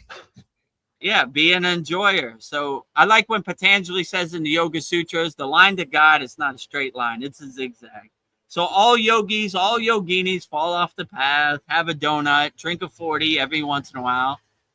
It's normal. It happens to all of us, right? You know, you don't want to suppress these things. You want to exhaust them and get them out your system, you know? So if instead of suppressing yourself, driving yourself crazy, if you feel like a 40 and you're not attached to it, you know, if you drink a 40 3 times a day for the last 10 years, probably not good. But moderation, you know what? I've been doing my sadhana wholeheartedly this month. Let me hit that 40, you know, take it to the head. why not, you know? You know, a lot of people would say that, like spiritual people can't do that, but spiritual people could do anything, right? Yogis or yoginis can do whatever they want. They're free birds, so they're not attached to it, you know? If Neem Karoli Baba can swallow 20 LSD pills, then and not get attached to it, anything is possible. So you want to have your awareness, your vibration high as possible so you're unaffected by it, you know? You enjoy it, then you exhaust it, and you let it go, you know? Yeah. I was thinking that the only negative aspect I can think of the spiritual path is like family, friends, relationships. They just want the old version of you. They don't want the new version. They only accept. Yeah, but that has nothing to do with you. That has to do with them. That's their problem, not your problem. So yeah. They're attached to who you used to be, and they want you to be who you used to be so they could control you better, right? You know? You were easily controlled when you were in a fear-based state or whatever. But if they were your real, true loved ones, then they would uplift you and support you on your spiritual march, no matter what. So they're kind of telling on themselves by doing that, right? Yeah, like, that's them, not me. I want you to be who I want you to be, right? You know, I want my projection of you to be your projection of you. And when you are on your spiritual march, you no longer identify with that. So you're like, nah, you know, I'm going to be who I'm going to be, or you either love me or leave me alone, you know, but I'm not changing for you. So if you really love me and support me, you change for me, you know, you support it no matter what. But yeah, they're out here. This is who I am. Yeah. So Katati Roti's like your Barbara Walters. Questions keep coming. I think a short film about your life would be amazing to show the masses of the power of Kriya Yoga, to show that the things that most people strive for, money, fame, etc., fall short to Kriya. I think that's a wonderful idea. Well, I mean, when Chad was here, he said I should write a book and he was going to help me. But I don't know. When the timing's right, maybe, you know. As a yogi, you kind of don't really think about these things. They seem like glare of the Maya delusional world, you know? I mean, yeah, you're right. They would probably help people. And if I could do it, anybody else could do it. But I don't know, you know? You're not seeking it. I would want my movie to be like Patanjali in the Yoga Sutras. 3 words. And now yoga, right? 3 words, right? That's it. The world's shortest movie, right? nothing else. And now yoga, right? I don't want to talk about it. I want to be about it. I do yoga. Yeah. I don't talk about it. So yeah, I don't know. Maybe we'll see what the cards hold. Yeah. If you're a director, Katu, and you want to come to Thailand and make that dream a reality, let's get to work. You know. Yeah. But first, let's develop the Yinder app. Yeah. No, I'm just kidding. Yeah. That'll be part of your movie. Yeah. Yinder. Katathu Roti also wants to know, would you incorporate your DJ skills to produce a set that uplifts people, mantra mixes, positive lyrical songs, uplifting melodies, etc.?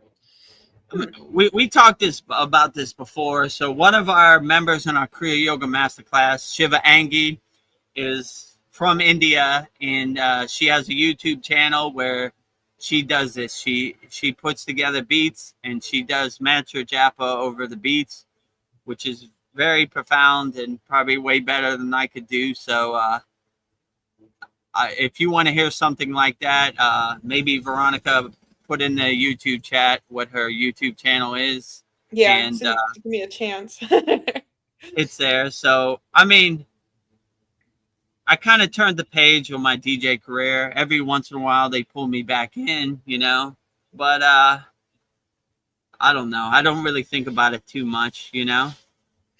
In my DJ, I have like a DJ room, like a studio where I used to produce music, and it has all my awards and pictures from all around the world. So I have daily reminders about it, but I don't know. I don't really think about it too much.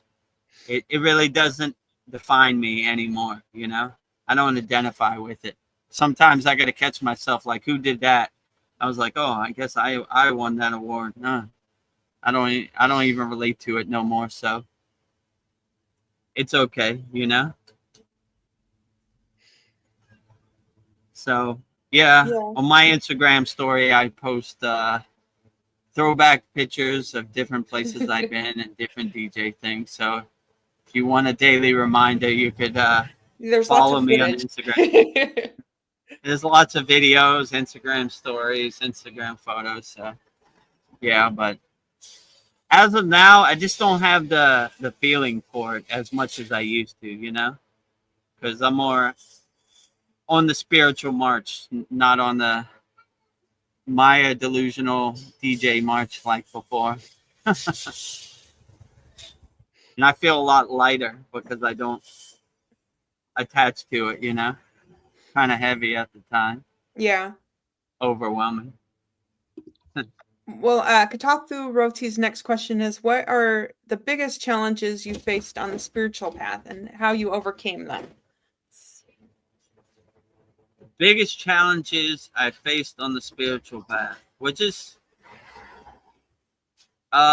surrendering, like getting out my own way, overthinking things, trying to be perfect with all the kriyas or asanas or meditation I did, being too serious, being too rigid, being too stiff. You know, once I realized that yoga is an enjoyable thing, it should be blissful, it should be comfortable, it should be relaxing, then my yogic practice became more blissful, you know, breathing into your spine when you do the asanas, you know, enjoying the asanas, breathing, you know. So yeah, once I realized this, all the challenges that I thought or I had made up in my mind became less of a pull, you know. It became more of a blissful, happy experience. Like when I go out into the Maya delusional world, I miss my meditation cushion at this point. But yeah, so I don't know. I enjoy yoga. Nothing's really a challenge. It's a beautiful thing to be a Kriya yogi every day. So I don't take it for granted. I enjoy it to the fullest. Like Paul said, I'm a bogar. I'm a boganantar. I'm an enjoyer. Yes. So not too many challenges, you know. Most of the challenges are Maya delusional world based, which doesn't matter anyway. So unless I care, I don't really care what other people think of my spiritual practice, so or my sadhana. So when you have that mindset, it's between you and God. What other people say outside you doesn't really matter, because you're walking your own solo path. It's tailor-made and individualized for yourself. So what other people say doesn't matter. Okay, my next question for you is, do you think the government, cabal, etc., know about Kriya and might use it for their own benefit if possible? Is there a negative aspect of spirituality that people use for their own benefit, like money? I mean, I would think, I mean, I don't know. I've never been a member of the cabal, so I don't really know what they're thinking, but I don't know. Their playbook is more fear-based and more lower emotion, lower frequency. You know, I think Kriya Yoga, they're against it, because that you begin to realize your own inner potential. Like, why do you need the government when you could go to your happy place whenever you close your eyes? So I think they don't want you to use Kriya. They don't want anything to do with Kriya. They want you to stay in a fear-based regurgitation of the narrative place. You know, they don't want you to realize your true inner potential. They want you to stay in a fear-based state. So I don't think they would use Kriya Yoga for their own benefit. Like, it wouldn't benefit them, because the more you do Kriya Yoga, the more you would realize how much of a liar and a trickster and a jokester they are. So they would definitely not want you to come out the veil behind the curtain of delusion. You know, they want you to stay in delusion. They don't want you to come out. So Kriya Yoga has the adverse benefit that they want. They want you to stay in fear-based. Kriya Yoga makes you a fearless yogi or yogini, so it would be no benefit to them, in my opinion. Negative. What's the second part? Is there a negative aspect of spirituality that people use to own benefit? Yeah. I mean, just go on YouTube any day, or go on, I mean, any platform. There are a bunch of misinformation about the spiritual path. If you open your third eye, you're going to let demons in. You know, it's 90% of it's misinformation. Like, let me tell you how the yogis breathe tumo in the Himalaya mountains. You know, none of it works. You know, so when they see this, hold on a second. There's somebody. Yeah. There's like a truck. Keep it moving. Yeah, keep it moving, guys. Right behind me. I'm alive. Live here. Nobody even there, you know. And she has she's selling all her, I don't know what she's selling, chicken or something, but like, yeah, all kinds of stuff. Yeah, like they have these motorcycles with a sidecar that has all kinds of stuff in Thailand. Yeah, and sounds like a ruckus going on. Yeah. Oh, she parked right there. Oh boy. No. Well, it's worth the 3-hour mark. I think we'll wrap this up in a minute. So yeah, what was I saying about money? Yeah, so there are people who take some secrets of yoga and try to monetize it and use it for their own benefit. So it happens out there. So but yeah, I don't get attached to the misinformation. Whatever resonates with you and makes you feel the best, that would be the best. So they're out there, and they know that these Kriya yogis aren't coming down from their cave to teach the real. So they could basically write their own Frankenstein script of what yoga is. So that's basically why I started the Kriya Yoga School. Yeah. Like to dissolve all these misconceptions about Kriya Yoga and all these false narratives. I mean, YouTube, all these platforms are full of it, right? Like, let me tell you how to open your chakras or whatever, or the Bija mantras, and you're like, what? You know? So, yeah, I don't know. They're out there, but, you know, I don't know. If you want real authentic teachings, join our Kriya Yoga School. So, Well, Sandy says, I'm getting sleepy, but I want to thank you for sharing your lights. Beautiful souls. Thank you for sharing your soul. Aww. Yeah, thank you for sharing your soul, and thank you for sharing your beautiful light. You know. And yeah, if you want to hear what Thai music sounds like, they're playing it on that hard right behind me, right? You know. You hear it, right? Yes. Thank you for sharing your music. Katathi Roti says, thank you for answering my questions. No problem. Anytime, Katathi. We'll be back here Wednesday, 9 p.m. Eastern Standard Time for our satsang.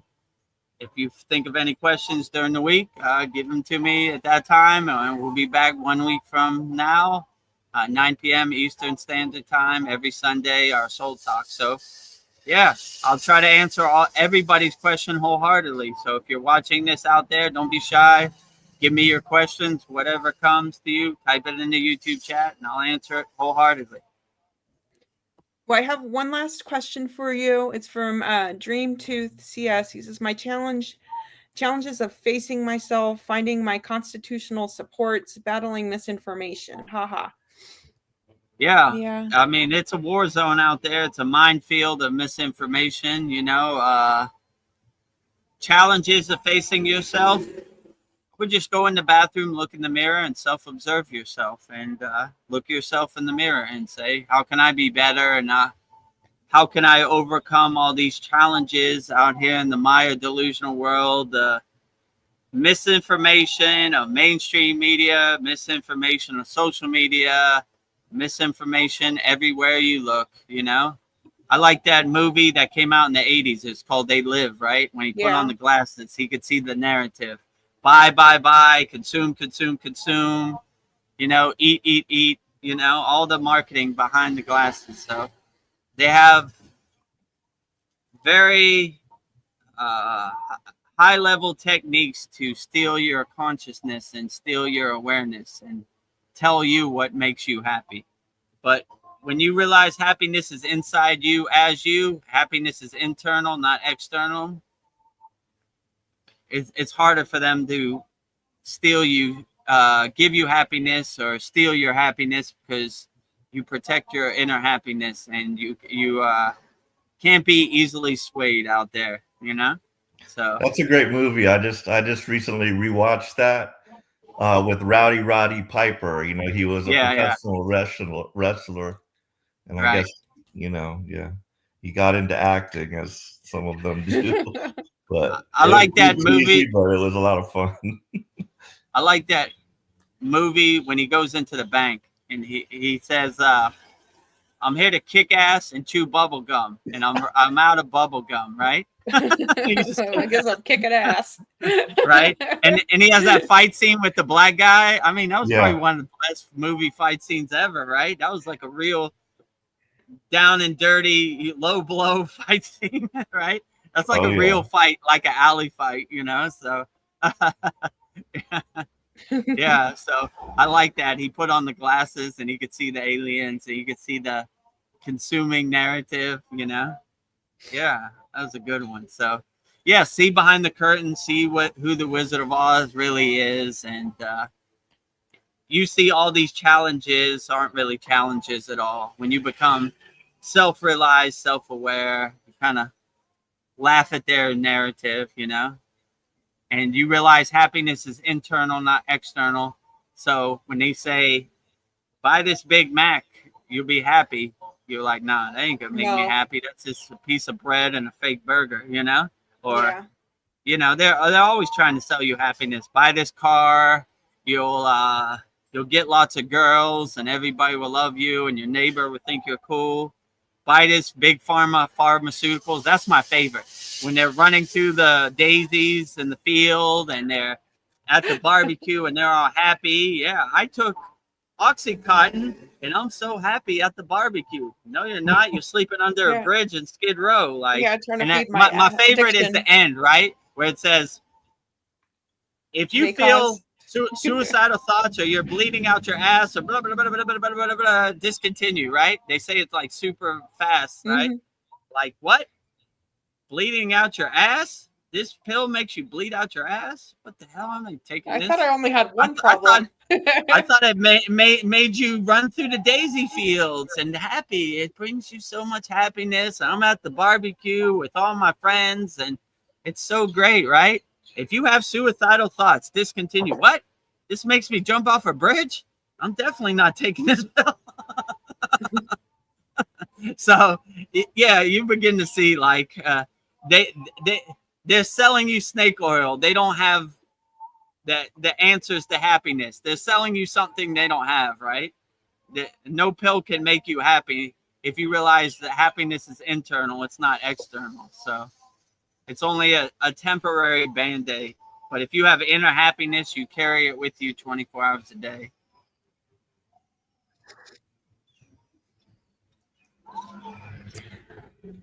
Well, Sandy says, stay blessed. Oh, and then Dreamtooth, he said, awesome to your response to his question.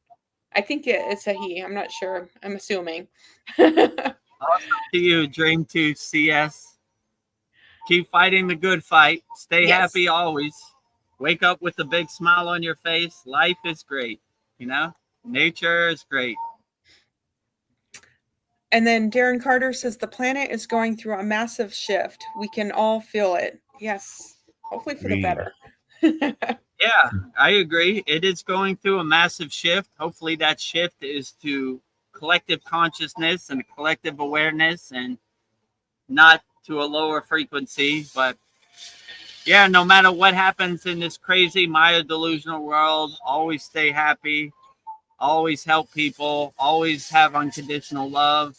Come from a place of love, not from hate.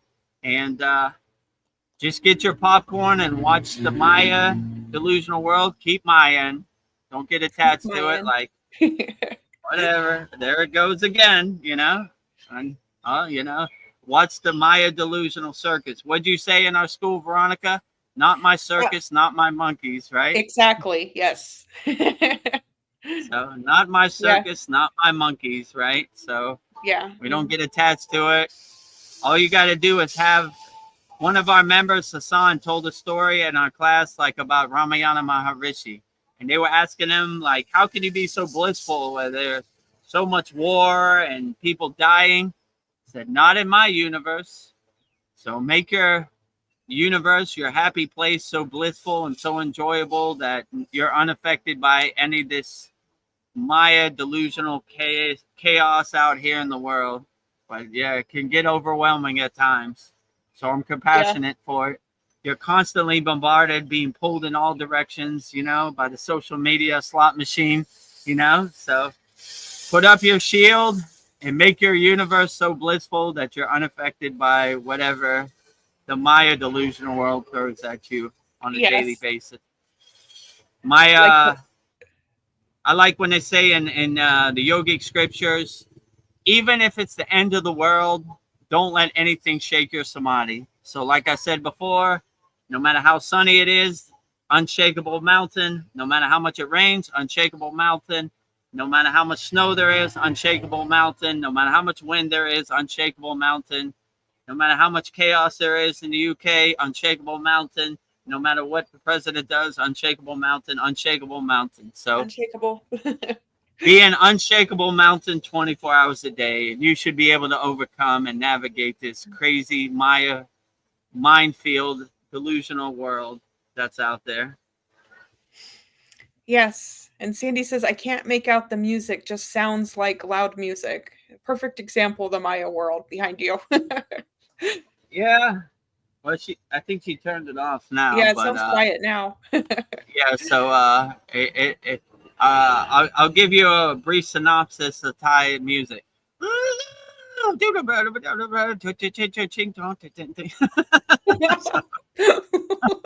That's what it is. So I'll tell you a funny joke my father told me. You know, my father was kind of crude, and if this offends you, no harm, no foul, right? Just close your ears. So my father told me, how do Chinese people name their children? And I was like, I don't know. He said they dropped the silverware on the floor. ching chong, ching chong, ching ching ching chong. Oh, Dad. That's Thai music too, you know? Yeah. My father was a blue collar, a rough and tumble steel mill Pittsburgh worker guy, kind of guy. So he had crude humor, right? You can't laugh at yourself. Come on. That's why we have humor. Yeah. So, yeah, that's Thai music for you.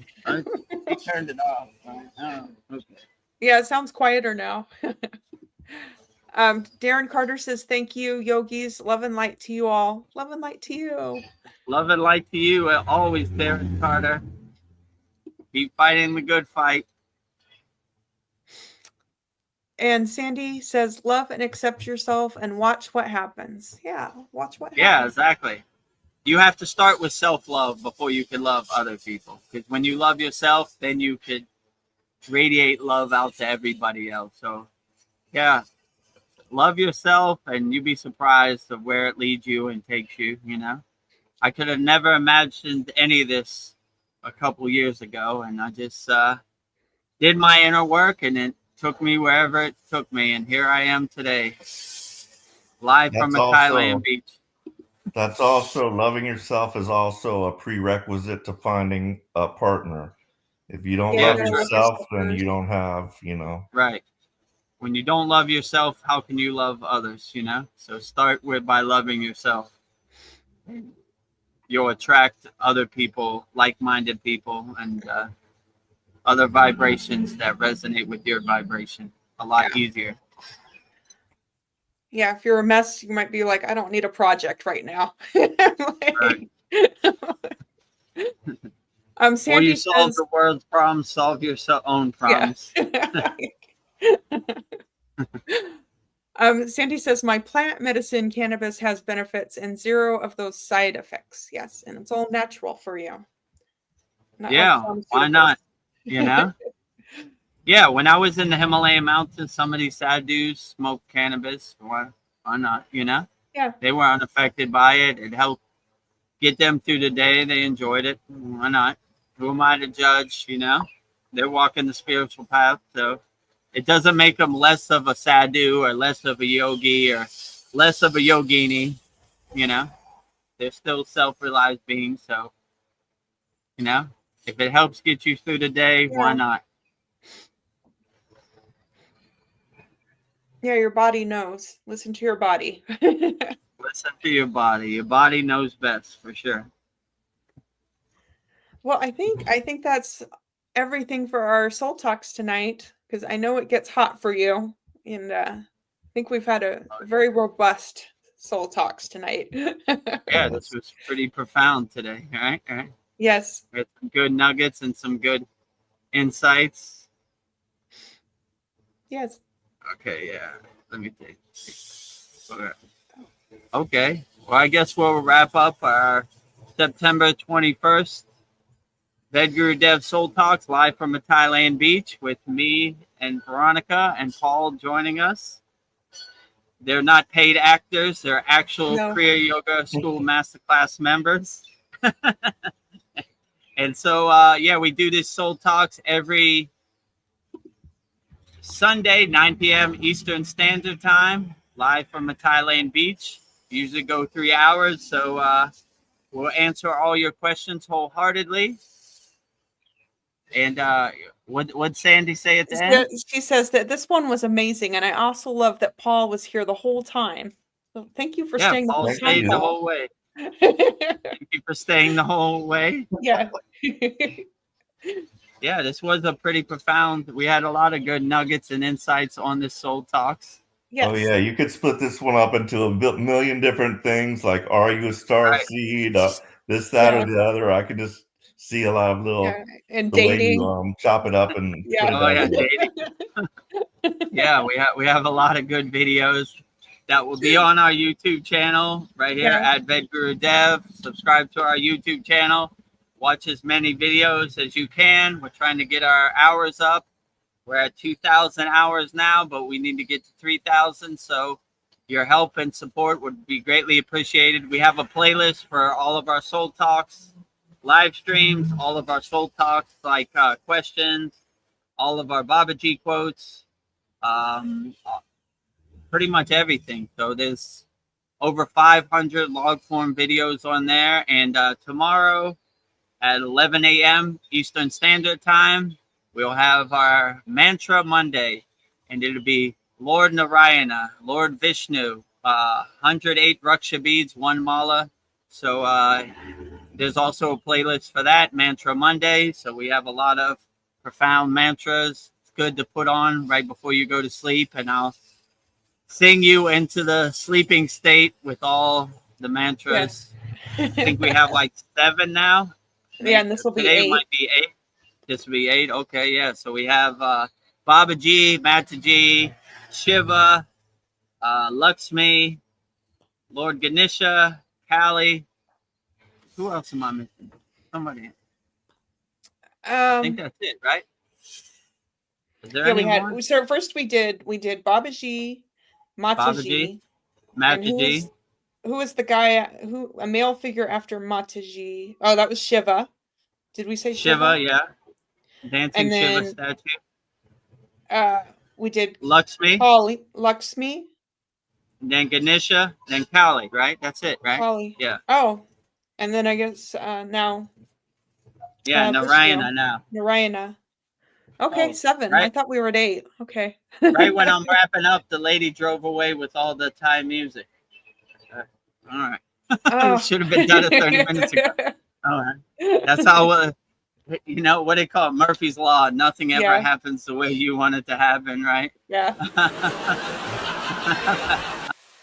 Yeah, so I guess we'll wrap it up. Yeah. Make sure you subscribe to our YouTube channel at Vedagurudev and discover the secrets of Kriya Yoga 100% free.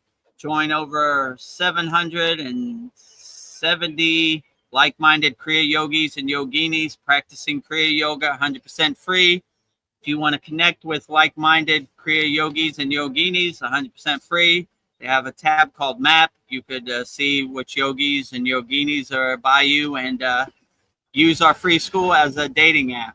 And maybe if the stars align, we'll start a Yinder, a yogic Tinder, connecting like-minded Kriya Yogis and yoginis.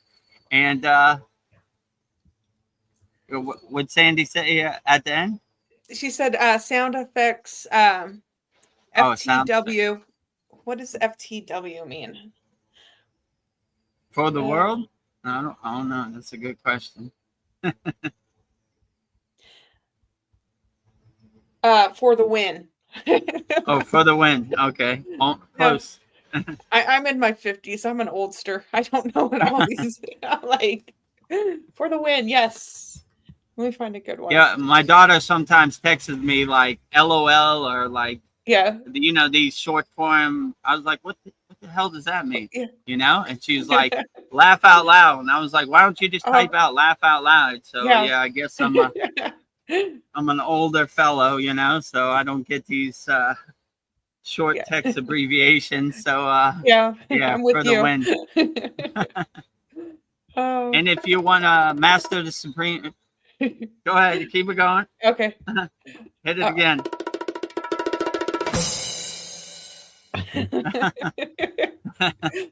And if you want to master the supreme science of Kriya Yoga and join me, Veronica, and Paul, and all of our Kriya Yoga School members practicing the advanced techniques of Kriya Yoga, go to KriyaYogaMasterclass.com. So I guess that's pretty much it. Yes. Wrapping up our... Go ahead. Sandy says she's 49, but she used to teach teenagers and knew their lingo. Then, but that was over 7 years ago. So she's been schooled. She knows the lingo. Oh yeah, I guess you can't relate to high school teenagers unless you know the emoji, the language of the text abbreviations. You know. Yes.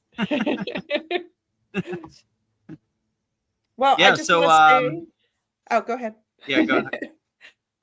Thank you everybody that joined our Soul Talks.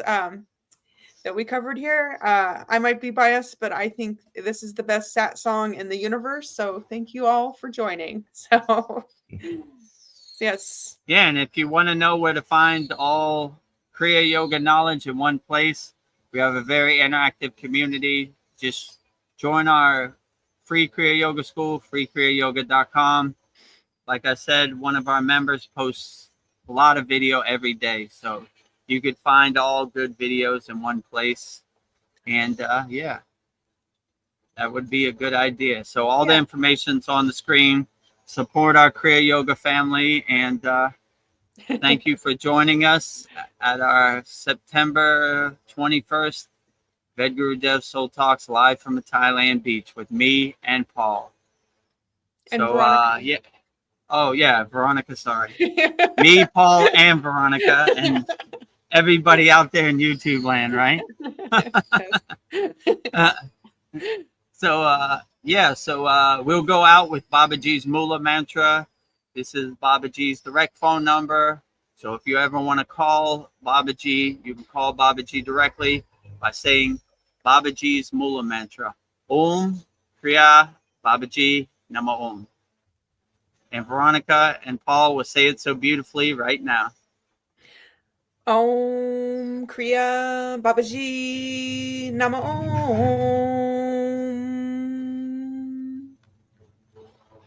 Om Kriya Babaji Nama Om. Om Kriya Babaji Nama Om.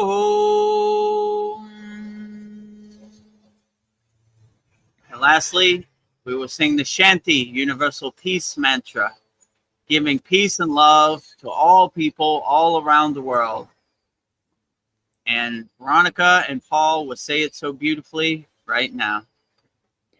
Om Shanti, Shanti, Shanti. Shalom. Sat Nam Sadhu Tao Em. Spirit.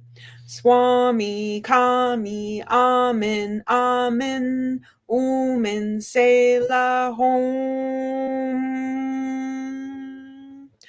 Om.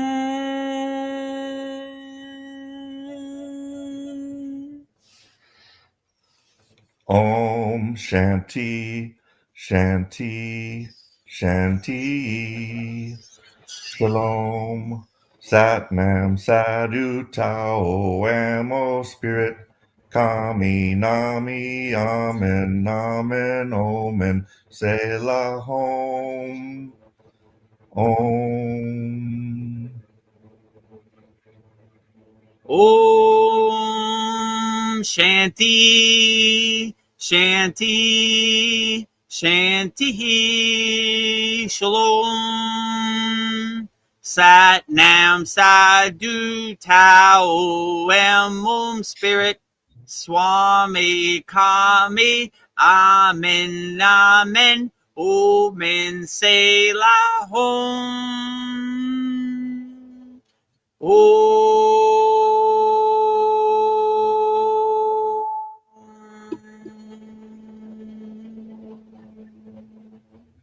Are you feeling spiritually lost? Like you've tried everything, YouTube videos, online courses, even meditation apps, but still something is missing? Wondering, is this all there is? The world is loud and chaotic, and your soul is overwhelmed, craving inner peace, but you can't find your way back to yourself. This is exactly why I created the Kriya Yoga Masterclass and my proven soul coaching system to help people just like you. This isn't a video you watch and forget. It's a daily spiritual lifeline that brings you back to your soul. So if you're done feeling lost and you're ready to start transforming, then come join us. This is more than a course. This is your lifeline. Go to KriyaYogaMasterclass.com. Kriya Babaji Nama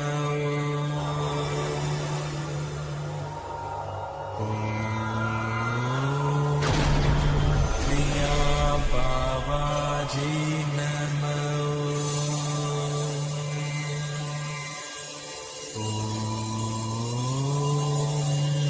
Kriya Babaji Namo.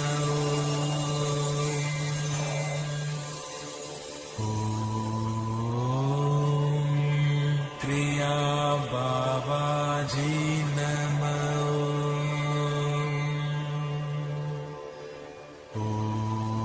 Om Kriya Babaji Namo.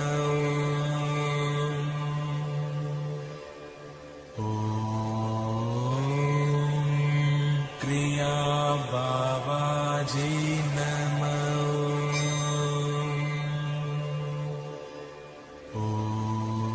Om Kriya